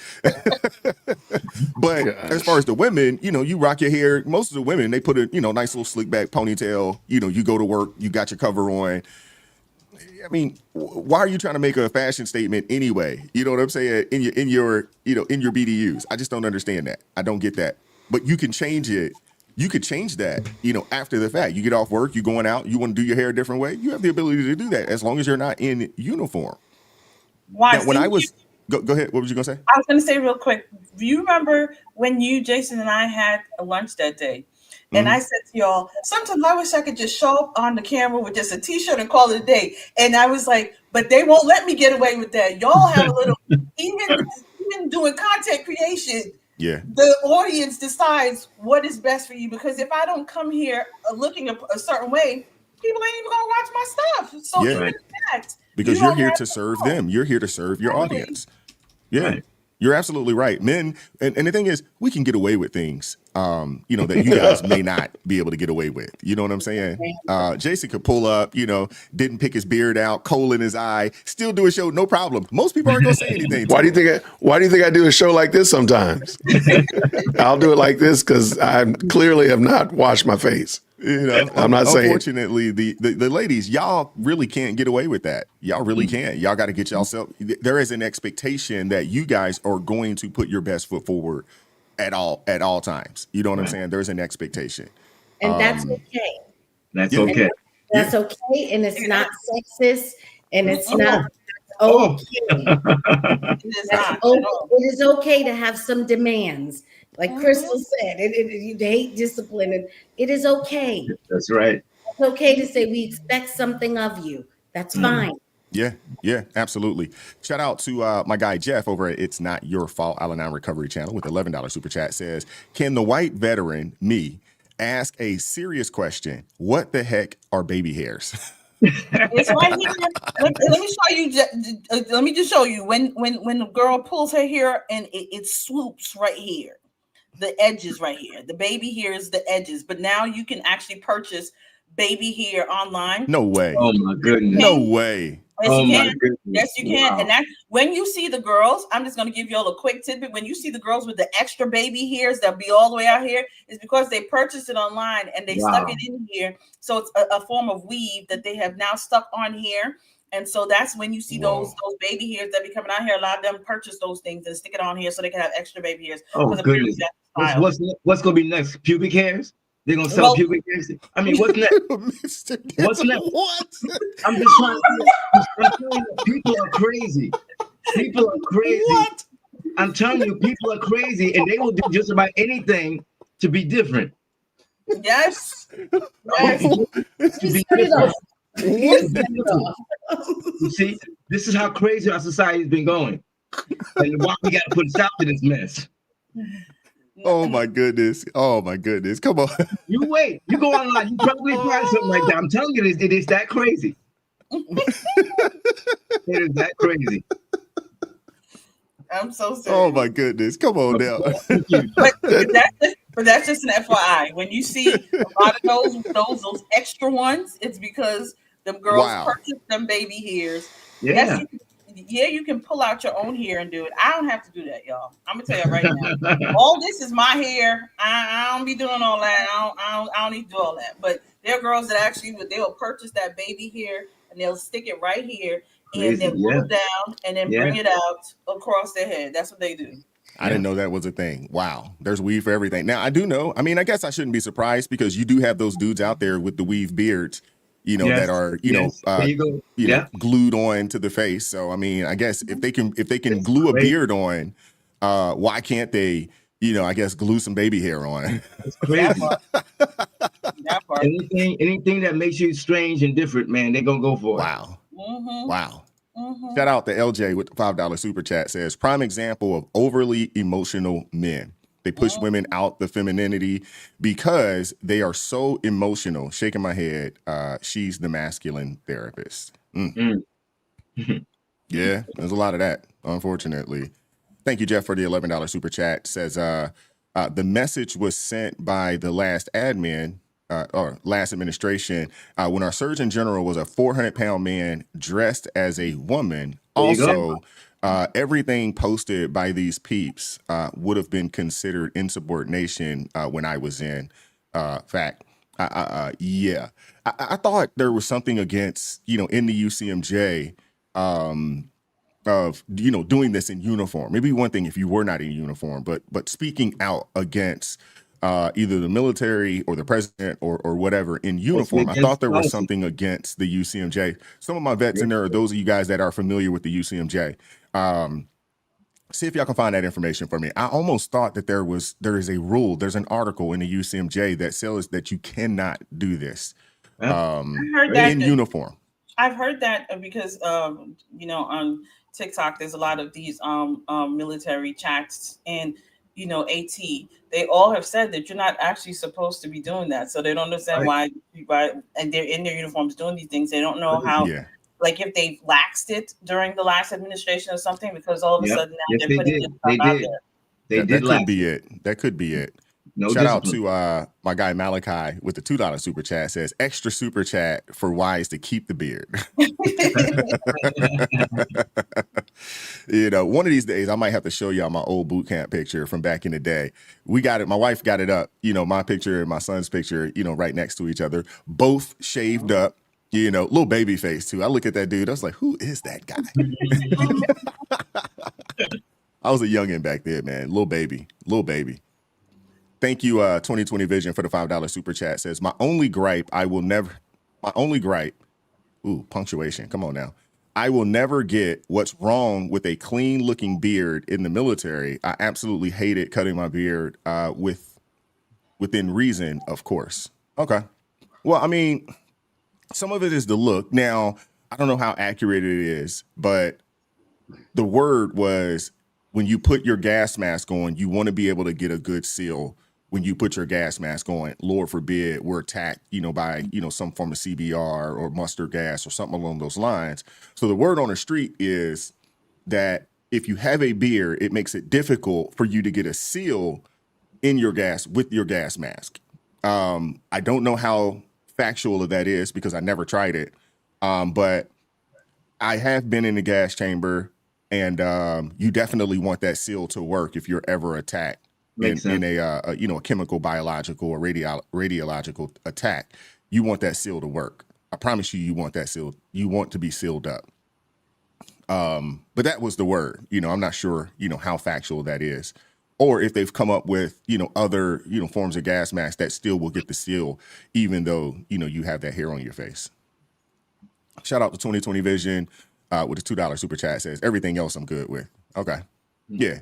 I mean, height, weight standards, things of that nature. I mean, dude, I was in the best shape of my life during the military. And when I got out, that's when I started putting on weight, and then obviously you get into your 30s and, that happens. But man, I was in really good shape during that time frame. Really good condition. I wish I could go back to that. If I could do anything, can I get back to that, to 21, 22-year-old me?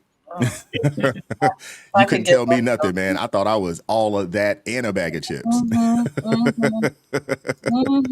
Shout out to Papa Died with the $10 super chat, says, whilst my father-in-law turns 80 next week, I'd like to come on and talk about his experience in Vietnam. He's a decorated vet, and he's in books for what he did. I'd like to share a story. That'd be cool.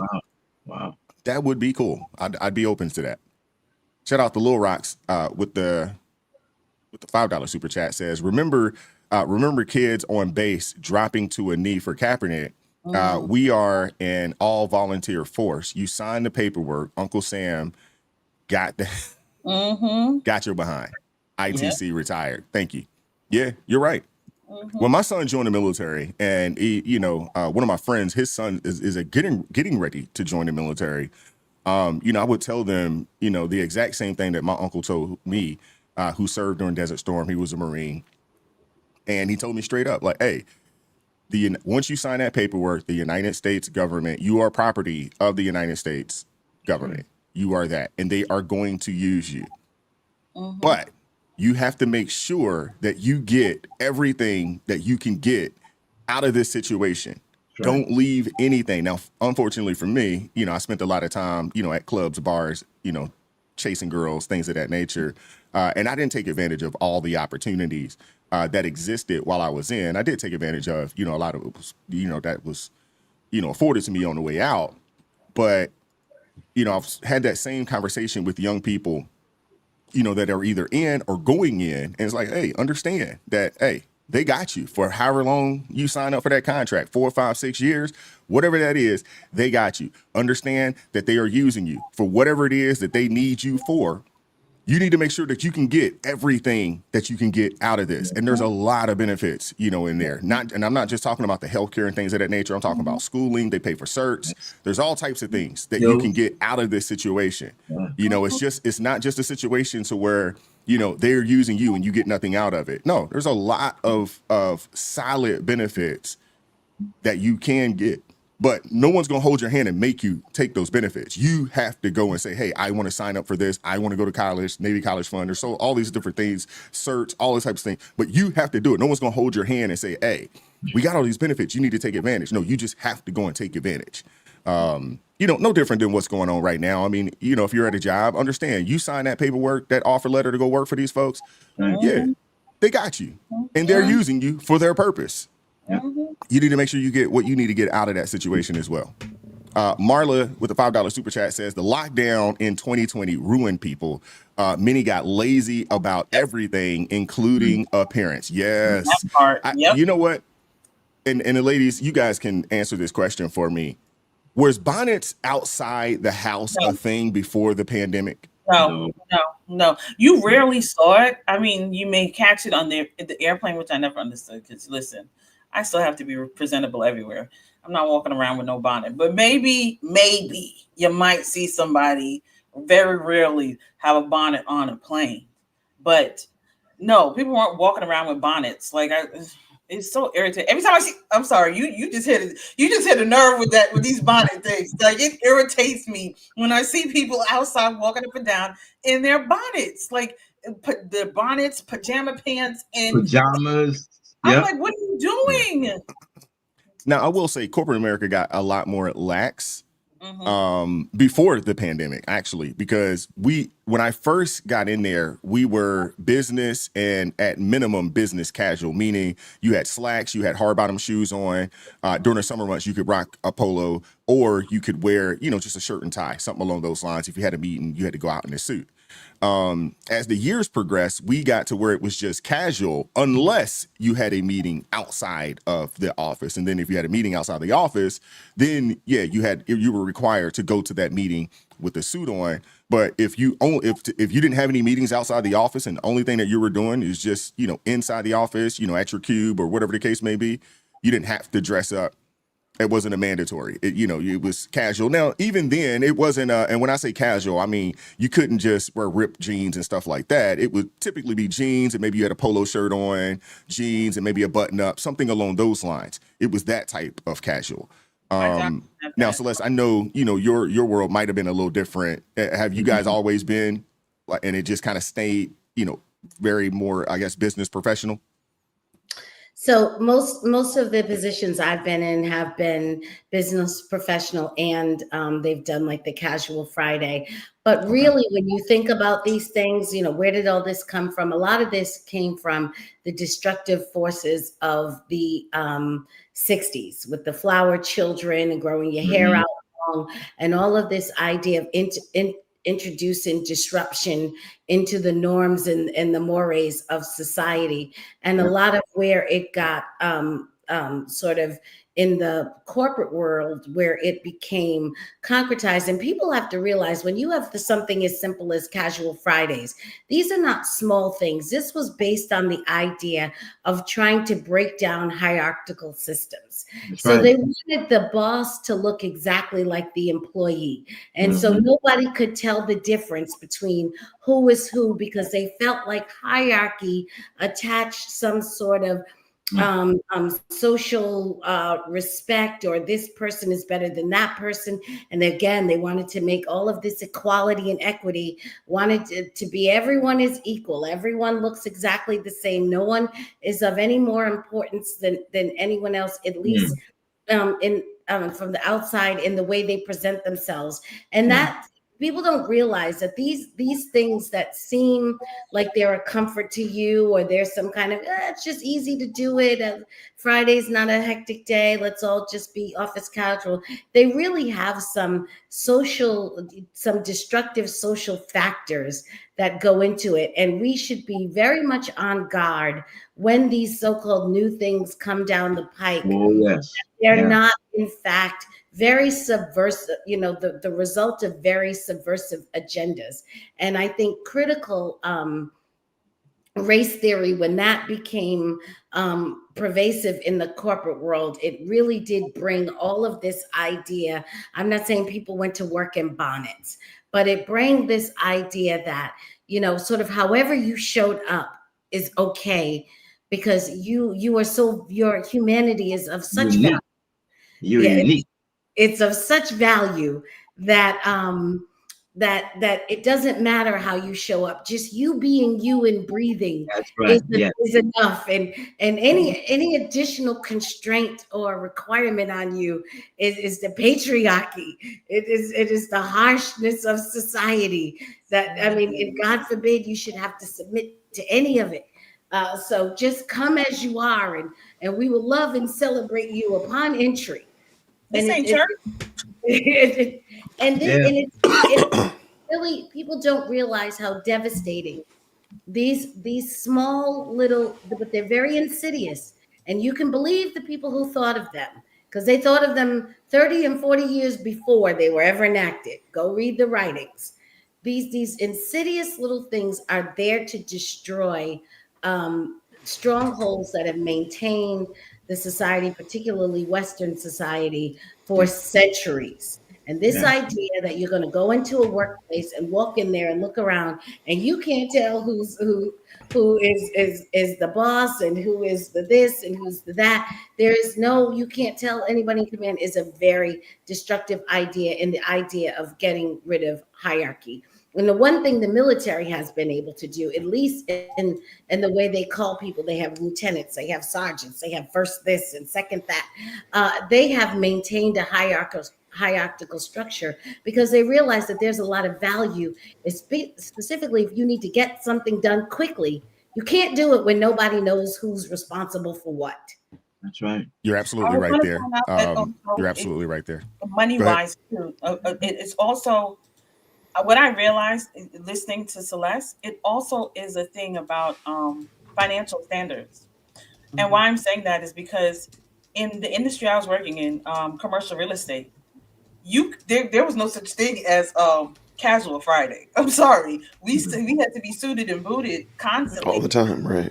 This is high net worth people that are coming in. They're looking at properties. They're coming to buy multi-million-dollar buildings and things like that. So you can't go around in the bonnets and you can't be looking casual Friday. They were business casual for us was usually like a button down and khakis. You still had to have some level of looking professional, period.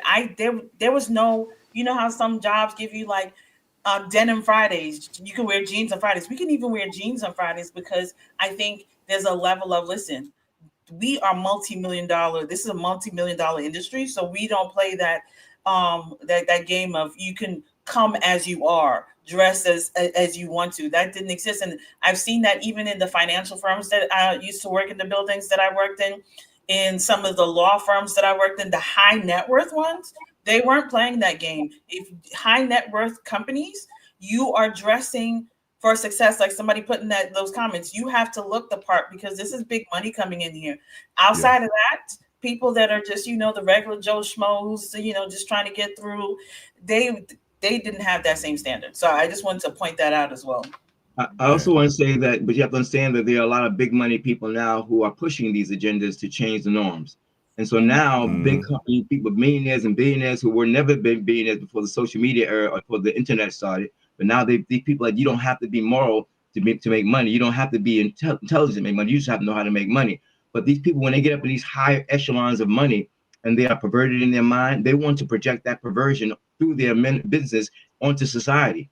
And this is not, and some of these people are not unintelligent. Some of these people come from Ivy League schools. They are very highly intelligent, and they use their intelligence to strategize ways to destroy norms so that their perversion can become the norm. That's the game.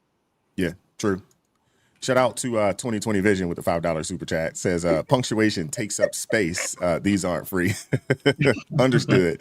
I just, it's hard to read it when you don't have the proper punctuation there. It makes it difficult to read. The gas mask thing is a myth. My gas mask worked fine with the short beard. Yeah. Okay.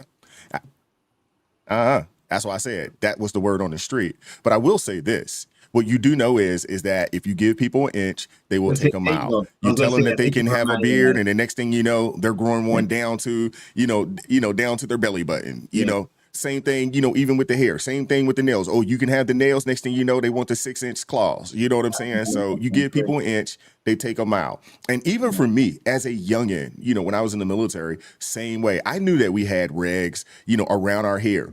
I wanted to grow my hair out.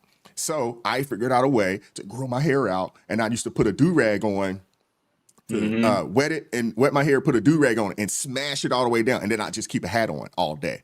But if you catch me on a Friday, Saturday, Sunday, or later in the day, when I'm out and about, dude, I got an afro like out to here, get my hair braided, and people are like, man, how?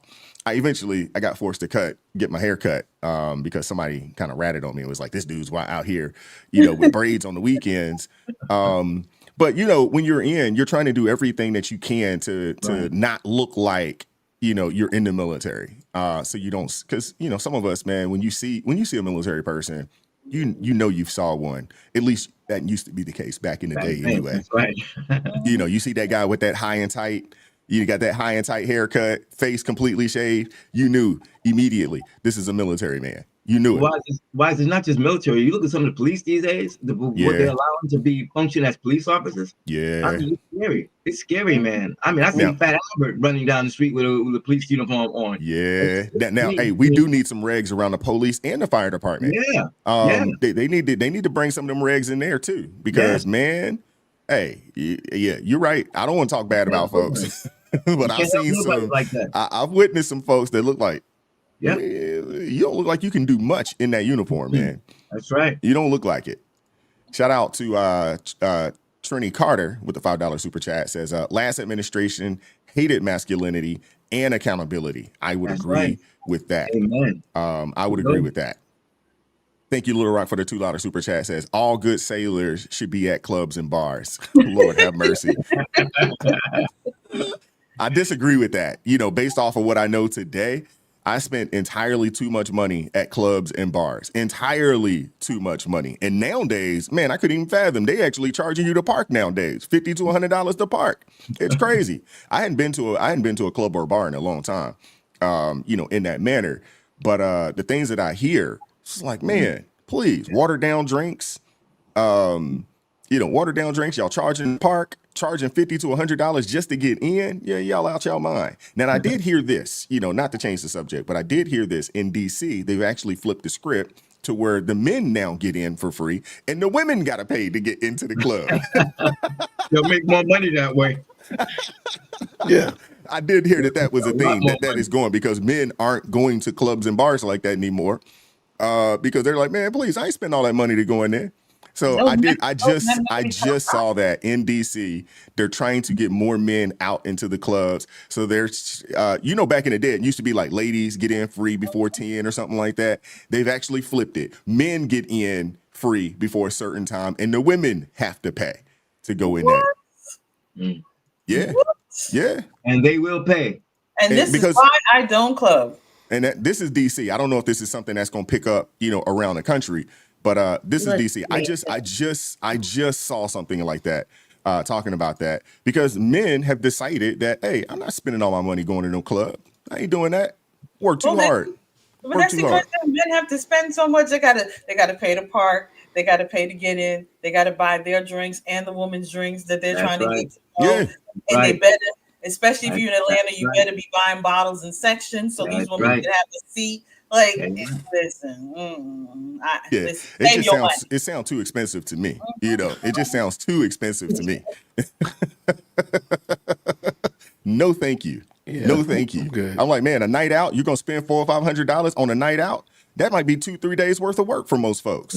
Yeah, crazy. Shout out to Lynn Haley with the $5 super chat. Says, retired Navy vet. Thank you for your service.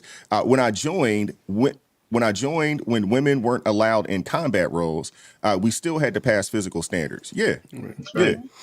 Yeah. Now, when I was in, and thank you for your service, Lynn, the standards were different for men and women. You know, it was the standards were different for men as well, based off of your age. So you had the age brackets, you're, you know, from 18 to, I don't know, I think it might have been maybe 22, 23, 24, something along those lines. You know, the amount of push-ups, the amount of sit-ups, the amount of, you know, how fast you had to run that mile and a half was different. And as you got older, the standards got laxed. And then the women had their own set of standards. But I wouldn't necessarily have a problem with everybody just having the same standards. And then, you know, I guess you lax it just based off of age. I wouldn't necessarily have a problem with that either. Shout out to Amethyst Angel. Thank you very much for the $5 super chat. Says, so I shouldn't care about font, design, titles, and colors as an author. Nobody would want to read the book if they turned off, if they're turned off by the cover. Just saying. Yeah. That is spot on. Oh, yeah, you're absolutely right there. You're absolutely right there. You know, and Celeste, I think you hit the nail on the head. You know, a lot of folks don't want standards, and they've laxed it so much so. And now we have a group of young people that they feel like they should just be able to just come and do however they show up. Hey, take me. You know, I had a young lady way back in the day. She wanted a job, and we were, you know, I think you guys know I worked in staffing for a long time. And there was a young lady. There was an opportunity for a funeral home, and it was a funeral home and one of the larger ones, and they were looking for this young lady. Now, if y'all know anything about funeral homes, I mean, you're not going in there casual. I mean, the expectation is that you're going to be basically business professional on a day-to-day basis. There is no lax days, right? But she had this tattoo that was ginormous on her forearm. And she goes into, and I can't remember the role, but it was like a front-facing position where she was going to be dealing with, grieving, families and things of that nature. It was a front-facing position. It wasn't like she was going to be tucked off in the back somewhere where nobody would see her. And the people, they liked her. They liked her background. They wanted to hire this young lady. But they tell me, hey, we want to hire her. And it was a contract to hire position. So it would have been like maybe 90 days, on a contract, and then you get hired on as a full-timer. But they said, hey, when she comes to work, because this is a front-facing, this is a customer, facing position, we would like for her to, wear either shirts or dresses that would cover up her tattoo during the workday. That lady turned that job down. She turned it down, said, I don't feel like I have to, change myself, for these folks. I'm like, you don't. You're not going to get this job. But point. Yep. You don't have to change, You don't have to change, but these are the requirements. And it was a pretty nice paying job, for the time. I mean, it was and this is a young lady. This is after the 2008 shutdown, right? Not the shutdown, but the financial collapse and the recession. So people had been out of work. You remember, if you guys recall, people had been out of work, some cases a year. Yeah. This young lady had been out of work for, 8, 9, 10 months or so, looking for a job. I help her get an opportunity, and she turns it down because she wants to show off her tattoo at the funeral home. I'm like, you're out of your mind. Wow. This is crazy. And all because she felt like she doesn't want to conform, to, whatever it is that these folks want. I'm like, people are crazy. So she didn't get the job, but that's been a thing for probably the better part of maybe 10 years or so, maybe a little more, unfortunately. It's not going to pay your bills. I just want people to be aware of that. Right. Yeah, true. All righty. I want to move on to the last subject here, and then that way we're not holding you guys hostage. But I don't know if you guys have witnessed, I don't know if you guys watch Netflix like that, but on Netflix, they got some questionable shows on Netflix right now. And this is Netflix for kids. For kids, there are some questionable things. So I got a couple clips I want to share with you guys, and then we'll get into it. I saw this on the kids' version of Netflix yesterday, and it kind of made me mad. Watch this. Start the search with the letter L, and you see that the second option that comes up is the letter LGBTQ plus movies. Now, to be frank, I understand they're trying to push an ideology on Netflix. I'm not unhip to that. However, does it need to be the suggestion? Because my kids do sometimes have access to the remote and agency to search for a show that they want. What if they click on this unintentionally? I saw this on the... Yeah, now y'all saw that right there, right? Not only did it have movies, but it also has TV shows. Mm-hmm. Yep. Oh, yeah. Oh, this is crazy. Look at this. Jurassic World Camp Cretaceous goes out with a queer roar. Netflix is notorious for pushing woke messages on children and teens. Now parents around the country are raising a stink over what they did at the end of their animated show based on Jurassic Park. Here is a clip from that. So my children have been watching this show. They've been watching this season. I've been watching it with them. I've been enjoying it. Great storyline. And then all of a sudden, this shows up on the third to last episode of the season. And my wife and I are scrambling to fast forward it and trying to understand what's happening. Now we have to explain to our children, completely off guard, and blindsided. We were totally blindsided by this entire thing. I had to jump onto my phone. I had to start searching, and I found this article right here. Jurassic World Camp Cretaceous goes out with a queer roar. So we were watching the show, and then we could see what was about to happen, and that's when I found this article. Now my kids, they wanted to keep watching. I'm like, I can't believe we have to do this, and we relented and we continued watching, but we would fast forward it every time. And the only thing we could do is use it as a teaching moment. I mean, children should not be subjected to this type of animated affection. I mean, in any capacity. Now, what's really interesting about this is that I looked up the rating for this. According to Netflix themselves, the series is rated PG, based on scenes of violence that parents may think is inappropriate for children. In other words, while the series is considered suitable for under 12s, there are scarier moments that could spook younger children. So right here at Radio Times, they're reporting that the show is perfectly fine. Now, is this something that you would allow somebody under 12 to witness? I mean, it's completely caught us off guard. I mean, we were watching every season, enjoying it with our kids, a family moment, and then we had to be subjected to this. And I'll tell you, though, early on in the season, I could sort of sense that something might occur, but I just kind of brushed it off as maybe they were just trying to placate to the LGBTQ community. But then it just came right out, full blown, and we were subjected to this. Now, my kids never saw this moment. I mean, I saw it coming. I fast forwarded through, but it was totally a blindsiding moment.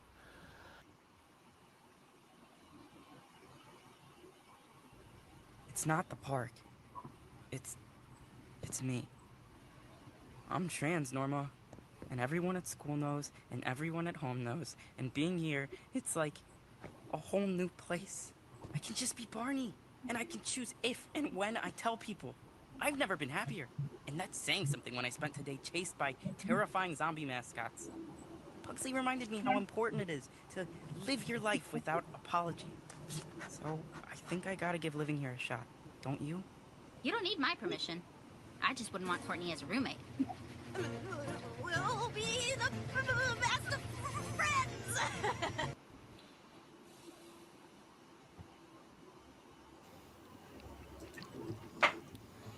Netflix for kids, ladies and gentlemen. Hmm. What the heck happened to just wholesome cartoons for kids? I mean, So what in the world canceled- happened, man? I canceled Netflix years ago. Right. And I'm Me going to too. tell you, I'm going to tell you why I canceled Netflix.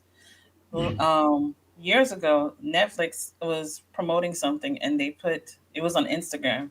They had a reel where they put "Praise Satan" on their thing, and I was like, oh, praise who? I was like, yeah, that's enough for me. That's enough for me. And I remember that recorded cartoon. myself, yeah. And then of course, people, family, my kids, Mom, can we get back Netflix? Blah blah blah. Then I saw they were promoting that show, Cuties, the most inappropriate, over sexualizing of children ever. And I was like, yep, that's enough. I'm not doing it. I'm not doing it. So I knew about the grooming of children on Netflix for so long. I was like, I'm not touching it. But to see how far I'm so thankful that my children are grown. Let me just start over. I'm so thankful that my children are grown and don't have to grow up in this type of debauchery. Because the thing is, and y'all know I'm always going to go biblical, the devil wants our children. Let's just be real. And they're going to keep trying their best to promote these things and confuse our children constantly.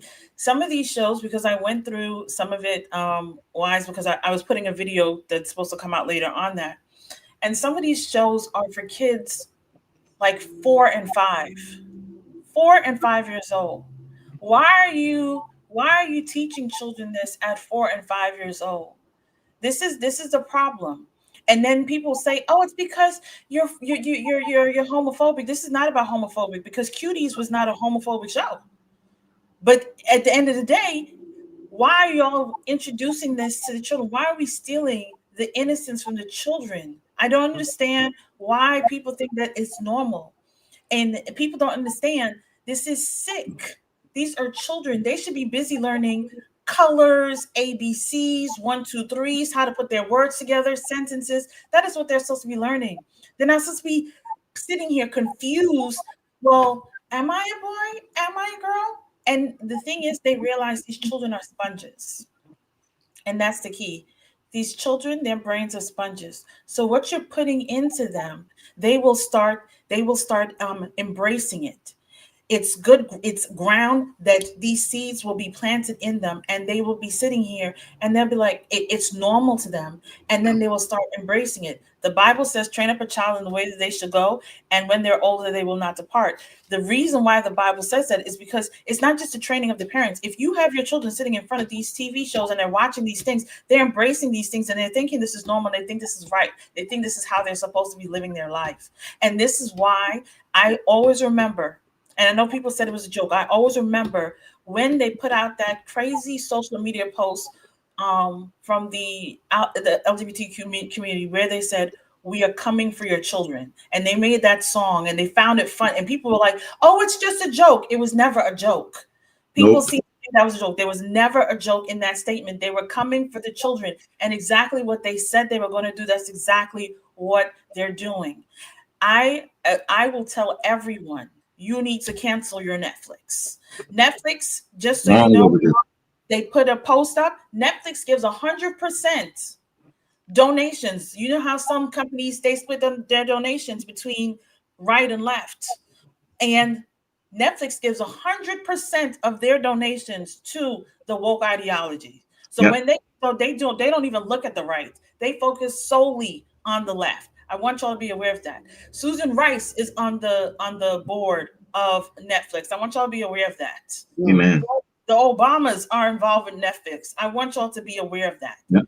So think about what you are bringing into your home. I always tell people, protect your air gate and your eye gate. Protect your home. Protect your spirit. Your home is supposed to be your sanctuary. This is where you're supposed to be. It's supposed to be safe for you and your children, and you are bringing the demons into the house with these type of shows, with this type of ideology, and then you'll wonder why your kids so easily move into those spaces. This is exactly why. Monitor what your children are watching. I was going to say, when we were talking earlier, and Minister Denzel said something about the conservative shows, go to Angel Studios, go to Pureflix. Pureflix is a Christian network that has movies and cartoons. Angel Studios has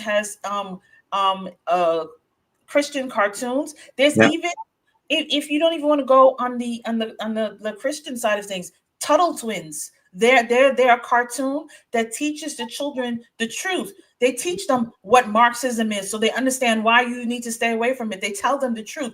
These are the things that you need to be giving to your children, instead of putting them in front of things that are rotting their brain, confusing them, and sending them down a horrific path that you don't want them on. Protect your children. That is the job of a parent, not to be their friend, to train them up and guide them in the way that they're supposed to go.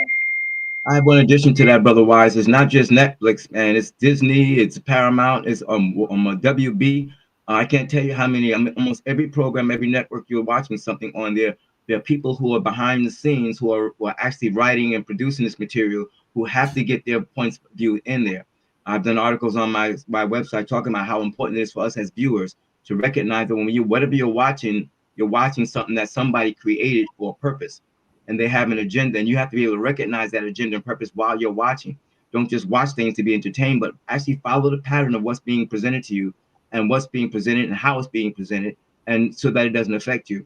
I put in our chat a link to an article that I did about this particular topic, and also a link to some of the other articles that are written about this whole topic. It is a major thing, and these people are powerful. They have a lot of money, and they are destroying young people's lives. They are destroying old people's lives too. But they really are, their target is our young people, because they want to control the next generation.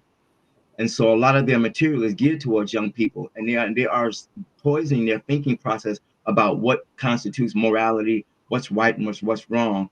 And they want this blurring of the line, so that they can't determine what is righteous, what is godly, what is good. And it's in all of their material. I mean, it's some of the popular programs that are out there. the Star Wars acolytes. They had it in the acolytes. They had a whole section in the acolytes Star Wars series. They have it in all of the later Star Trek franchises. The Star Trek Discovery, homosexuality is prominent in it. The Star Trek Picard, homosexuality is prominent in it. They even took my girl 7 of 9 from the Star Trek Voyager. They did when that Voyager series was great. When they brought it over to Picard, they made her a lesbian. So it's everywhere. And I remember reading an article many years ago that said that it was an article that was put out by a popular magazine that they had a whole spread on homosexuality. And they said in the article that in Hollywood, they were trying to create actors. They were trying to make gay actors actors so that they can have the greater influence on the population. That's deep. It doesn't surprise me at all. What are your thoughts, Celeste? So I think that these shows are introducing very sophisticated concepts like sexuality to very underdeveloped minds on purpose. So you know that when you introduce this sophisticated concept to these undeveloped minds, and that's children, that it's going to create confusion. So the question then becomes, because this isn't accidental, people paid to do this. So the question then becomes, what is the value in having a child who's sexually confused? What value does that provide? Because obviously that's something people are trying to do. So they must see some value in doing it. And the value in that is that a person, that sexuality is almost inextricably tied to identity. And if you think about it, everybody in the chat, everybody here on the platform, it is impossible to think about yourself. If you think about yourself right now and not think about yourself as a man or as a woman. If I said, think about yourself apart from being a man, you wouldn't know how to do it. Think about yourself apart from being a woman, you don't know how to do it, because the only way you understand yourself, the first way you understand yourself, is through your sexuality. And so the ability to confuse that in children also creates a person who cannot accurately form an identity. And a person who cannot form an identity can also not develop a personality. And a person who cannot have an identity overwhelmed by any type of societal system that wish to use them.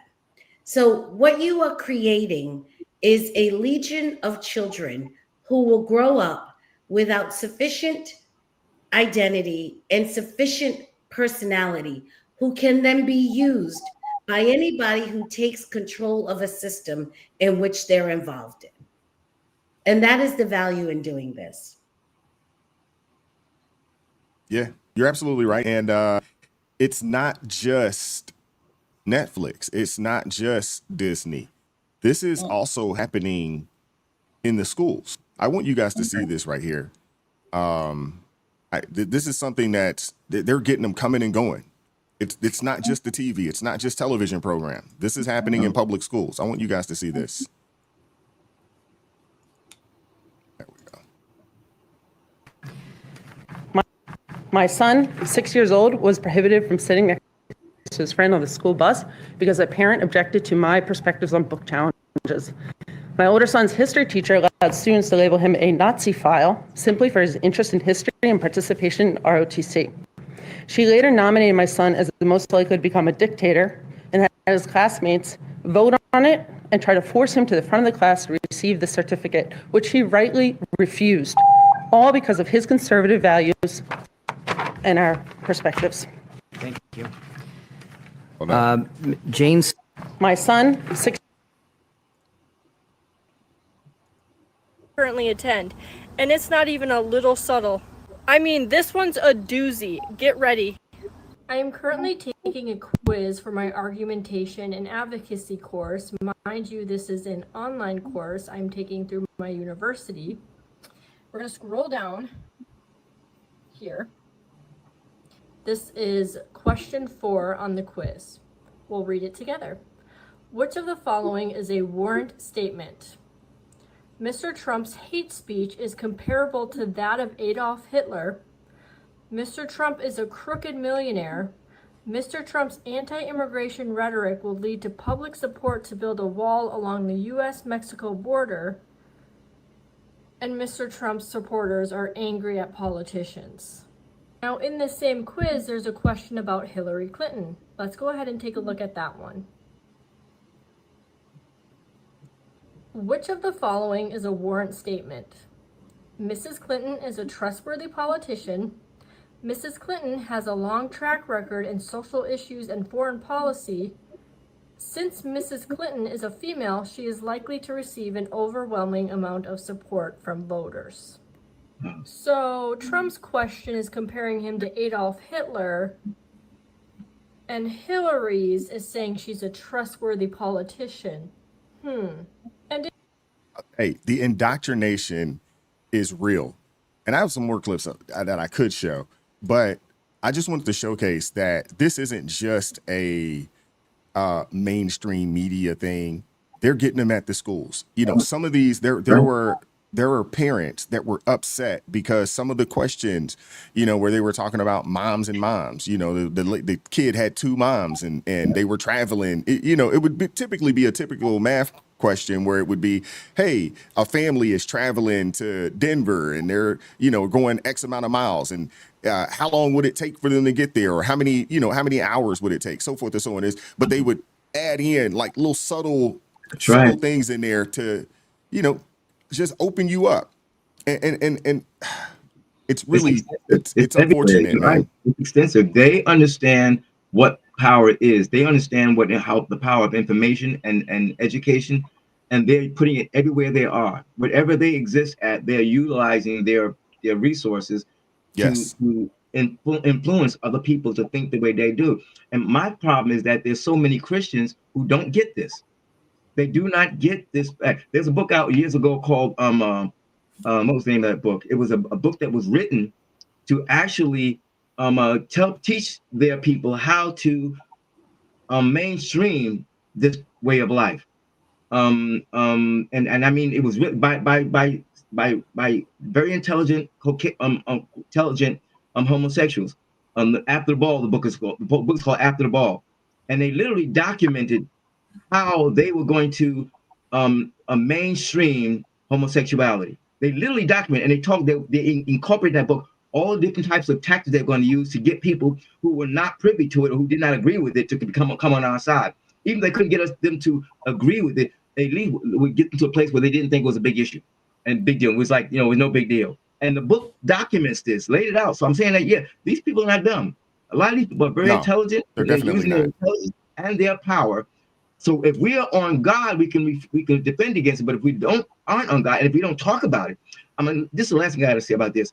They try to make us afraid to talk about it, because if we don't talk about it, we can't expose them. We can't counter them.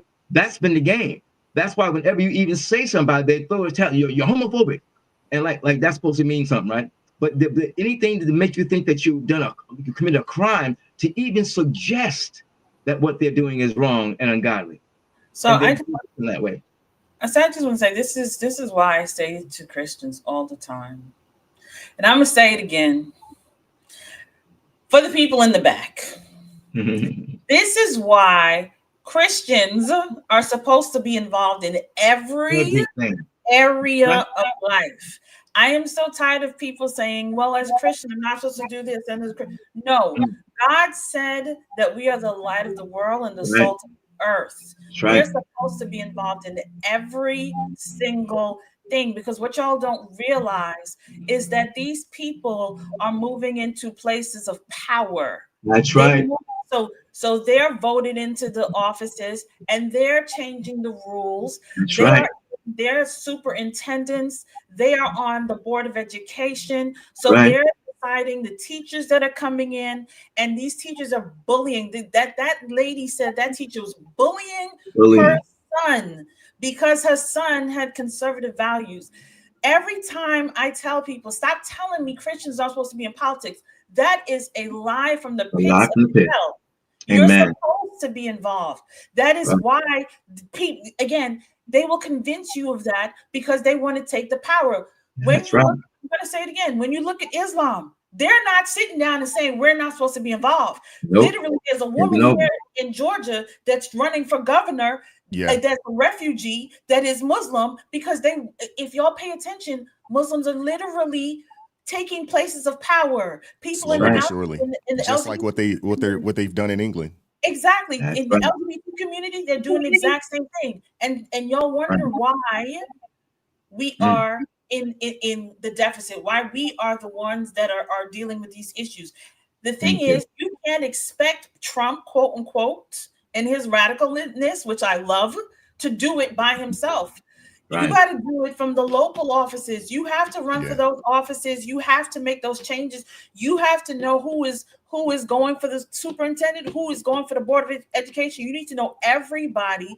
And if they are not aligned with your values, they don't need to be there. And if you are somebody that can run, then get up and go do it. Stop sitting in your house and saying, oh, look at what's happening. How do we go? Listen, get into entertainment. Start making the TV shows. Start making the cartoons. Start making. Thank you. Start Come doing on, girl. those things. Start getting involved in business. Start changing the landscape. But we can't do that if we keep hiding in the Bible. And I want people to understand that. You cannot hide behind the Bible and just say, well, God has to fix it. No, God called us to do those things. He said to go out and make disciples of all nations. If we are supposed to submit to the law of the land, then we are supposed to be out there helping to shape those laws so that the laws of the land reflect what God's standards are. So I want people to stop hiding and get up and go do something. Do something, please. You're absolutely right. But you got to understand that the Marxist individuals out there, they have infiltrated every aspect of society, and they have been playing the long game. I talked about this a couple of days ago, but I'm like, we are very short in our thinking. Very short. We're short-sighted in our thinking. These people have been playing a 100-year plan, and they are executing that plan to perfection. I mean, they've infiltrated the churches. And I am convinced at this point, based off of what you just said, and it really kind of almost gave me an epiphany, I am convinced that there has been a plethora of these Marxist individuals that have infiltrated the churches and tell Christian people, hey, stick to the Bible. Don't get in anything political. Don't do anything with the schools. Don't do anything. You got to keep your worship, your praise, your ideology right here within these walls. That's it. You're not allowed to do it. So I am convinced that you've had people that have infiltrated and told folks, hey, that's not what we do. You know, as Christians, we don't get involved. We're not in the schools. We're not in this. We're not here to push our ideology or agenda on others. We just sit here and we praise. I am convinced that there are some individuals, you know, that have infiltrated and they push that narrative while they did the opposite. Yep. You know what I'm saying? And when you think about what they've infiltrated, I mean, they've infiltrated the school systems. At first, they started with the colleges. They're all the way down to pre-K now. They're in every aspect of academia at this point in our country from a public school perspective. They're already in our government, obviously. Mondani is looking like he's got a chance to win out in New York. You know, you got we see what's going on in Dearborn.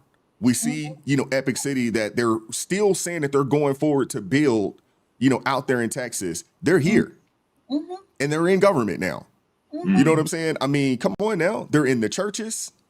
They've co-opted the families, because we got a lot of people that even those that quote unquote call themselves Christians that have been co-opted by Marxist ideology. Yep. And they're living that lifestyle, which is crazy, because they don't even know what they're supporting, but they're living it. So we have been extremely short-sighted, and I think a lot of Christians have had their heads in the sand because they've been told you're not supposed to be in the school system and sharing your faith with folks in the school system. You're not supposed to be in government. You're not supposed, because they've been told that. And I've heard people say it. I've heard people tell me that, hey, I'm a Christian to go to church. I ain't got nothing to do with this political stuff, this government stuff. I ain't got nothing. But you'll work for the government and you'll send your kid to their schools. 100%. You'll work for them and you will send your kids to the schools, but you're gonna say, I ain't voting, I ain't got nothing to do with that. I don't want nothing to do with none of that because, hey, I believe that God got me. And that is true. That is true. He does have you. But we are supposed to be disciples. The same thing that that folks, that practice Islam, the same thing that they're doing right now, we are supposed to be doing that. We should have been doing it. That's right. That's right. You know what I'm saying? Amen. We should have been doing it. Yep, 100%. And we dropped the ball. We dropped the ball. Thank you. Thank you. And I just don't think people really understand the long game that these folks have been playing. And now we have to get a game plan. The problem too is that we're not together the way we're supposed to. We don't have the we don't have the organization, the way these other folks have. You know what I'm saying? You look at the alphabet community, you look at, what's going on, with folks, in the Islamic side of things. We're not as organized. We're too divided. And because of a lot of people who have infiltrated us, that keeps us separated. And that's unfortunate. If we stick to the book, we can't help but be united. Yeah. That's why I said there's no black. I did a whole thing on TikTok. I said, stop telling me about black churches. There are no black churches. No such thing. There's no such thing. We are the body of Christ. The church is the body of Christ. So stop talking about black churches. Right. This is why we're separated, because we create these separations where these are the people. They're like, listen, I don't care if you black, white, Hispanic, Asian. I don't care what you are. You part of the alphabet community? You part of the LGBT? Well, we have the same fight. This is what people need to stop. I want people to realize something. The Lord gave a beautiful parable about the talents in the Bible. Right. And he talked about the one that he had 5 and one that had 2, and they put it to work while the one he buried it. Christians today, they are burying their talent. Right. You want to know why all these other people are out there doing whatever they want with the talents that God gave them. They're doing whatever they want. They gave it to the world, but they're doing stuff while we here without talent, we are burying the talent and then wondering why all these things are happening. But I want y'all to remember, y'all know I'm gonna go sermon wise. We serve a God of suddenly. Yes, that's Lord. sudden God. So even if they play the long game, we can get up and get to work. The Lord needs to see us doing the work and not just sitting here and folding our hands. He wants us right now. He has given us a chance to sit. He's separating the wheat from the tare. We're starting to see those who claim that they're Christian, but they have no fruit. Yes. So now that we're seeing the difference, now we get up and we come together and we start making the changes. Don't just look at the stuff and say, well, no, start investing.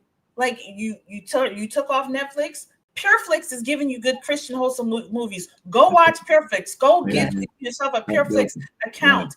You see things like Angel Studios. Go support that. Start doing that. Yes. Listen, if I could, y'all, I would run for governor of Georgia. But I might be in problems if I go do that now. I think you could. Why not? I'd put some money behind you. And that's the thing.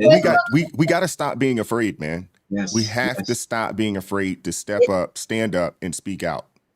It's the big con in this is, and why you're talking about all of the, what the indoctrination that's happening in the church. Well, the big con is, first of all, on the society. They told people separation of church and state. There's no such thing as separation of church and state. That is literally something somebody made up. What it actually says in the free clause of the First Amendment is that Congress shall make no law prohibiting what? The free expression. That's what right. Crystal is talking about when she says bury the talents and why we're not doing anything is we are not practicing the free expression of religion. That means anywhere in your school. All of this, we took prayer out of school. They do that because the people consented to it. They really have no right. That's right. They really have no right other than your consent. People believe that all of this stuff has been done because this is the law. It is not. You have simply consented to a wish. This is people's wishes. The actual law is that there can be no prohibition on your free expression of religion. And as Crystal says, God works through the agency of man. That's God right. didn't even act like he intended to do it himself. Yeah. He didn't Amen. even, he Right. didn't even give you no information about That's him right. doing it himself. All the Nope. information in the Bible is about what you need to You do. do. That's An right. instruction for you. God said very few things about himself. From what I can see, he has a generally hands-off policy. So other than your What? prayer and petition, it's a general hands-off policy. This Christian life is about you. It is really not about him. It That's isn't. right. It's about what an instruction manual for you. So they Right. conned us into believing the separation of church and state was supposed to put us back in the corner somewhere, and we were supposed to hide our light under a bushel and then quietly whisper our faith only amongst each other. And the way they were able to do that is, number one, these so-called learned preachers, these Reverend Dr. So-and-sos, never read that 3-line clause and explained to their congregations that that was not true. And I That's right. suspect many of them sold it out for the opportunity of a 501c3. Right. I would agree with that. And honestly, I think I'm almost at a point to where, I don't think churches should be 501(c)(3)s. I No, don't they think they should. I think you should, operate it, as a business, and have memberships and things of that nature so we can keep the doors open. So you have, a little more control, over, what you want to do. I think a lot of these people, man, they've go. What are you gonna say, Celeste? The Bible says that the borrower is a slave to the lender. Absolutely. So the fact of the matter is, whenever you get into these relationships, you have to figure out who you are in the relationship. Am I the borrower? Am I the slave? Or am I the lender? And in those positions of the 501c3, that status that is granted to you, it is in the grant that makes you the slave. That's right. Absolutely. And I have to agree with LJ in the comments about, and they try to make Christian nationalism a bad thing. I want the nation to be Christian. I don't understand what, and people, when people come at you and tell you Christian nationalists, amen. America should be a Christian nation. Period. Point blank. I don't understand why people feel a certain type of way of that. Don't let them using it as a derogatory word to you make you feel any less than. No, this is God's country. Okay, I don't care what anybody said. This is God's country, and that is what I stand for. Period. Point blank. And the other thing I want to point out, what Celeste and wives are saying. Yes, they try to indoctrinate the pastors and these, like you said, the reverends and the doctors and all that stuff. But that tells me the reverends and doctors don't even understand the word that they're reading. Because if you read the word and you pay attention to the word and you understand the word, God was involved in government the entire time. When you look at Joseph was involved in politics in Egypt. When you look at Daniel, he was involved in politics. Moses was involved in politics. Every king had a prophet. Every king had a prophet that spoke because God was speaking to them through the prophet. So when people say God is not involved in politics, that is a lie from the pits of hell. Do not accept that. And if a pastor is teaching you that, then he doesn't know his word. And you need to get up out from under that. Wise. Another trick of the First Amendment that they use is they claim that it teaches separation of church and state. The First Amendment only forbids that our government cannot put any one religion as the state religion. That was a prohibition. It wasn't that we could not combine religion with our laws, because that's what all of our laws were founded on the Bible. Yeah. And so, but when if we don't do our homework and learn the facts, then we're easily deceived by them. And we should be, that trick has prevented us from thinking that we can say things about religion and about God on a public platform. We can't, if you're a part of the government, you can't say that's a bunch of baloney. All of our early founders were politicians and religious leaders. They were all if you read the real history and you don't read their revised version of it, you see that you had nothing but preachers in the founding of our country and throughout our nation. So again, thank God for Celeste and Sister Crystal, and what they're saying is that we have to stop letting them tell us what the truth is. And we have to start doing our own homework. That's why I keep on pushing wallbuilders.com, because they have all the facts, they have all the receipts. And I'm telling you, the stuff that they address, if we knew that stuff, there would be no way these people can snow us and con us on a public platform. We do have to start standing up for what we would believe, because they're standing up for what they believe. And you see where that's leading us. Yep. It's leading us right into hell. So we got Absolutely. to start being bold, start taking a stand, saying we're not ashamed. We're not ashamed of being Christian. And again, this Christian nationalism, yes, they always point out the corrupt Christian nationalists, and they try to use that as an excuse for why we can't be Christian, believe in Christian nationalism. Well, see, there have been always false prophets in the church.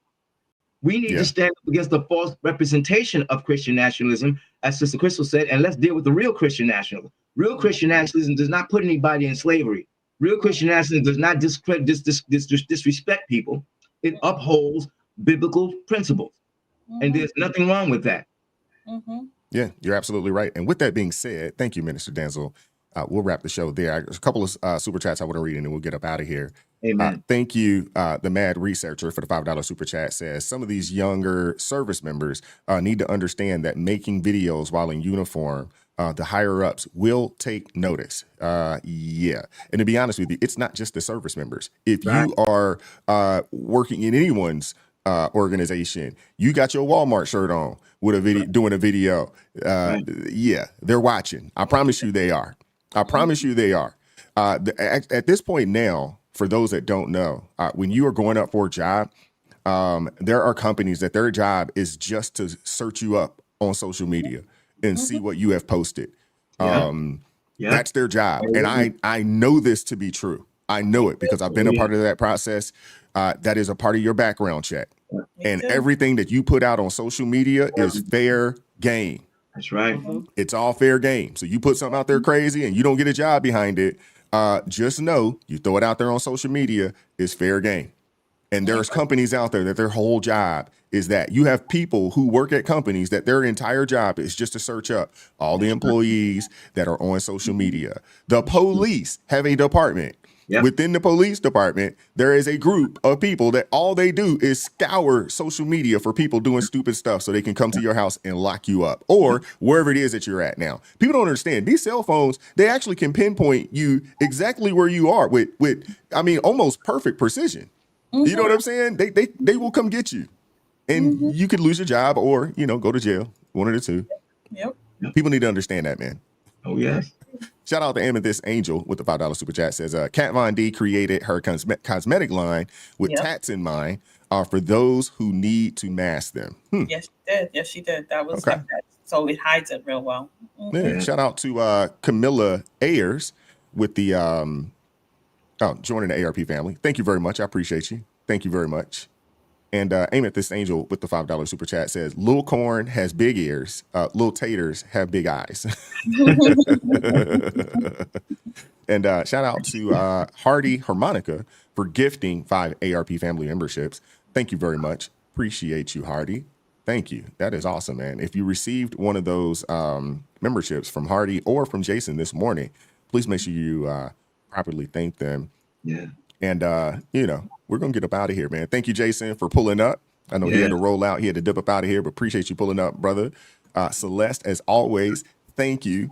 Thank you. I think Celeste is the elder statesperson on the show, on the channel. Right. I believe. And then it would be Minister Denzel. We go back. Thank you for continuing to have me. I really do appreciate it. Well, I appreciate you coming through. You've been blessing the channel for quite some time. Y'all make sure y'all go check out Celeste _Duffy. Go get the book if you haven't done so already. Do you have an audio version yet? No, I'm gonna try probably starting at the end of this year because I'm moving. So I'm doing a lot of that, but I'm gonna go into the studio and do an audio version and and I'm working on some other writings as well. Yeah, that would be awesome, man. The audio version. I'm a big fan of audiobooks. I'm a big fan. It makes it while I'm doing other things, I can still, get into the book while I'm doing other things, especially when I'm out walking and stuff like very that. Valuable. Yeah, it's very valuable. I'm gonna get that done. I did it. Well, I should say this. I actually did it. I recorded it, and then the recording got corrupted. So I actually have to go back and do it all over again. Oh my goodness. The devil is a liar.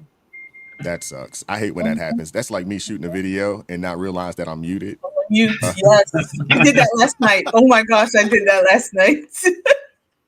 I get done.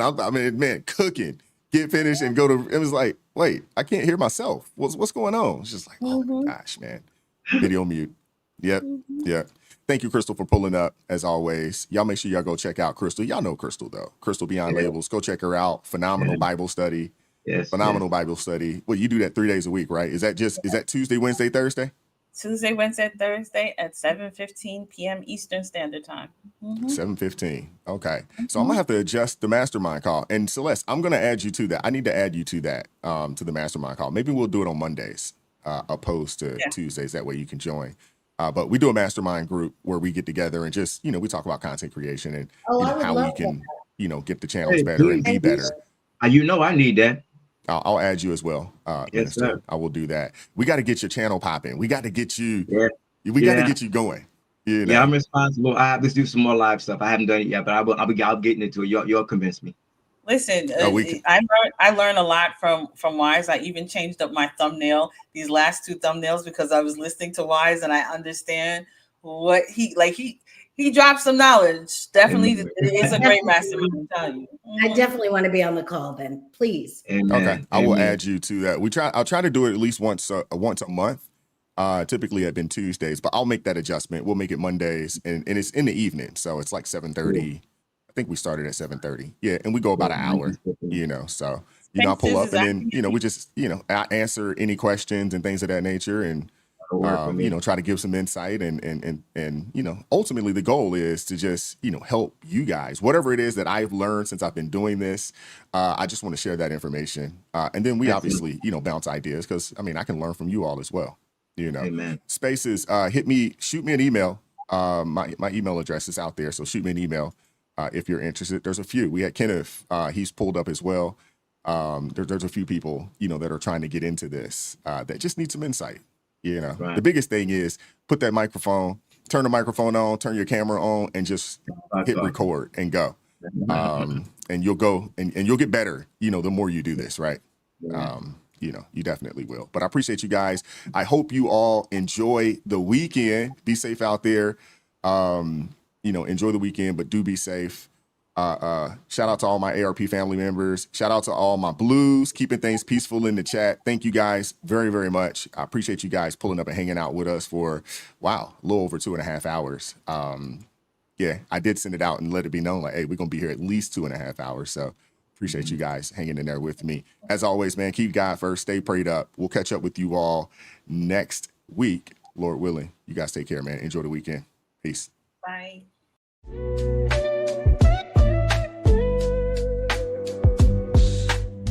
Vibes so raw, can't hide the truth. Words so sharp.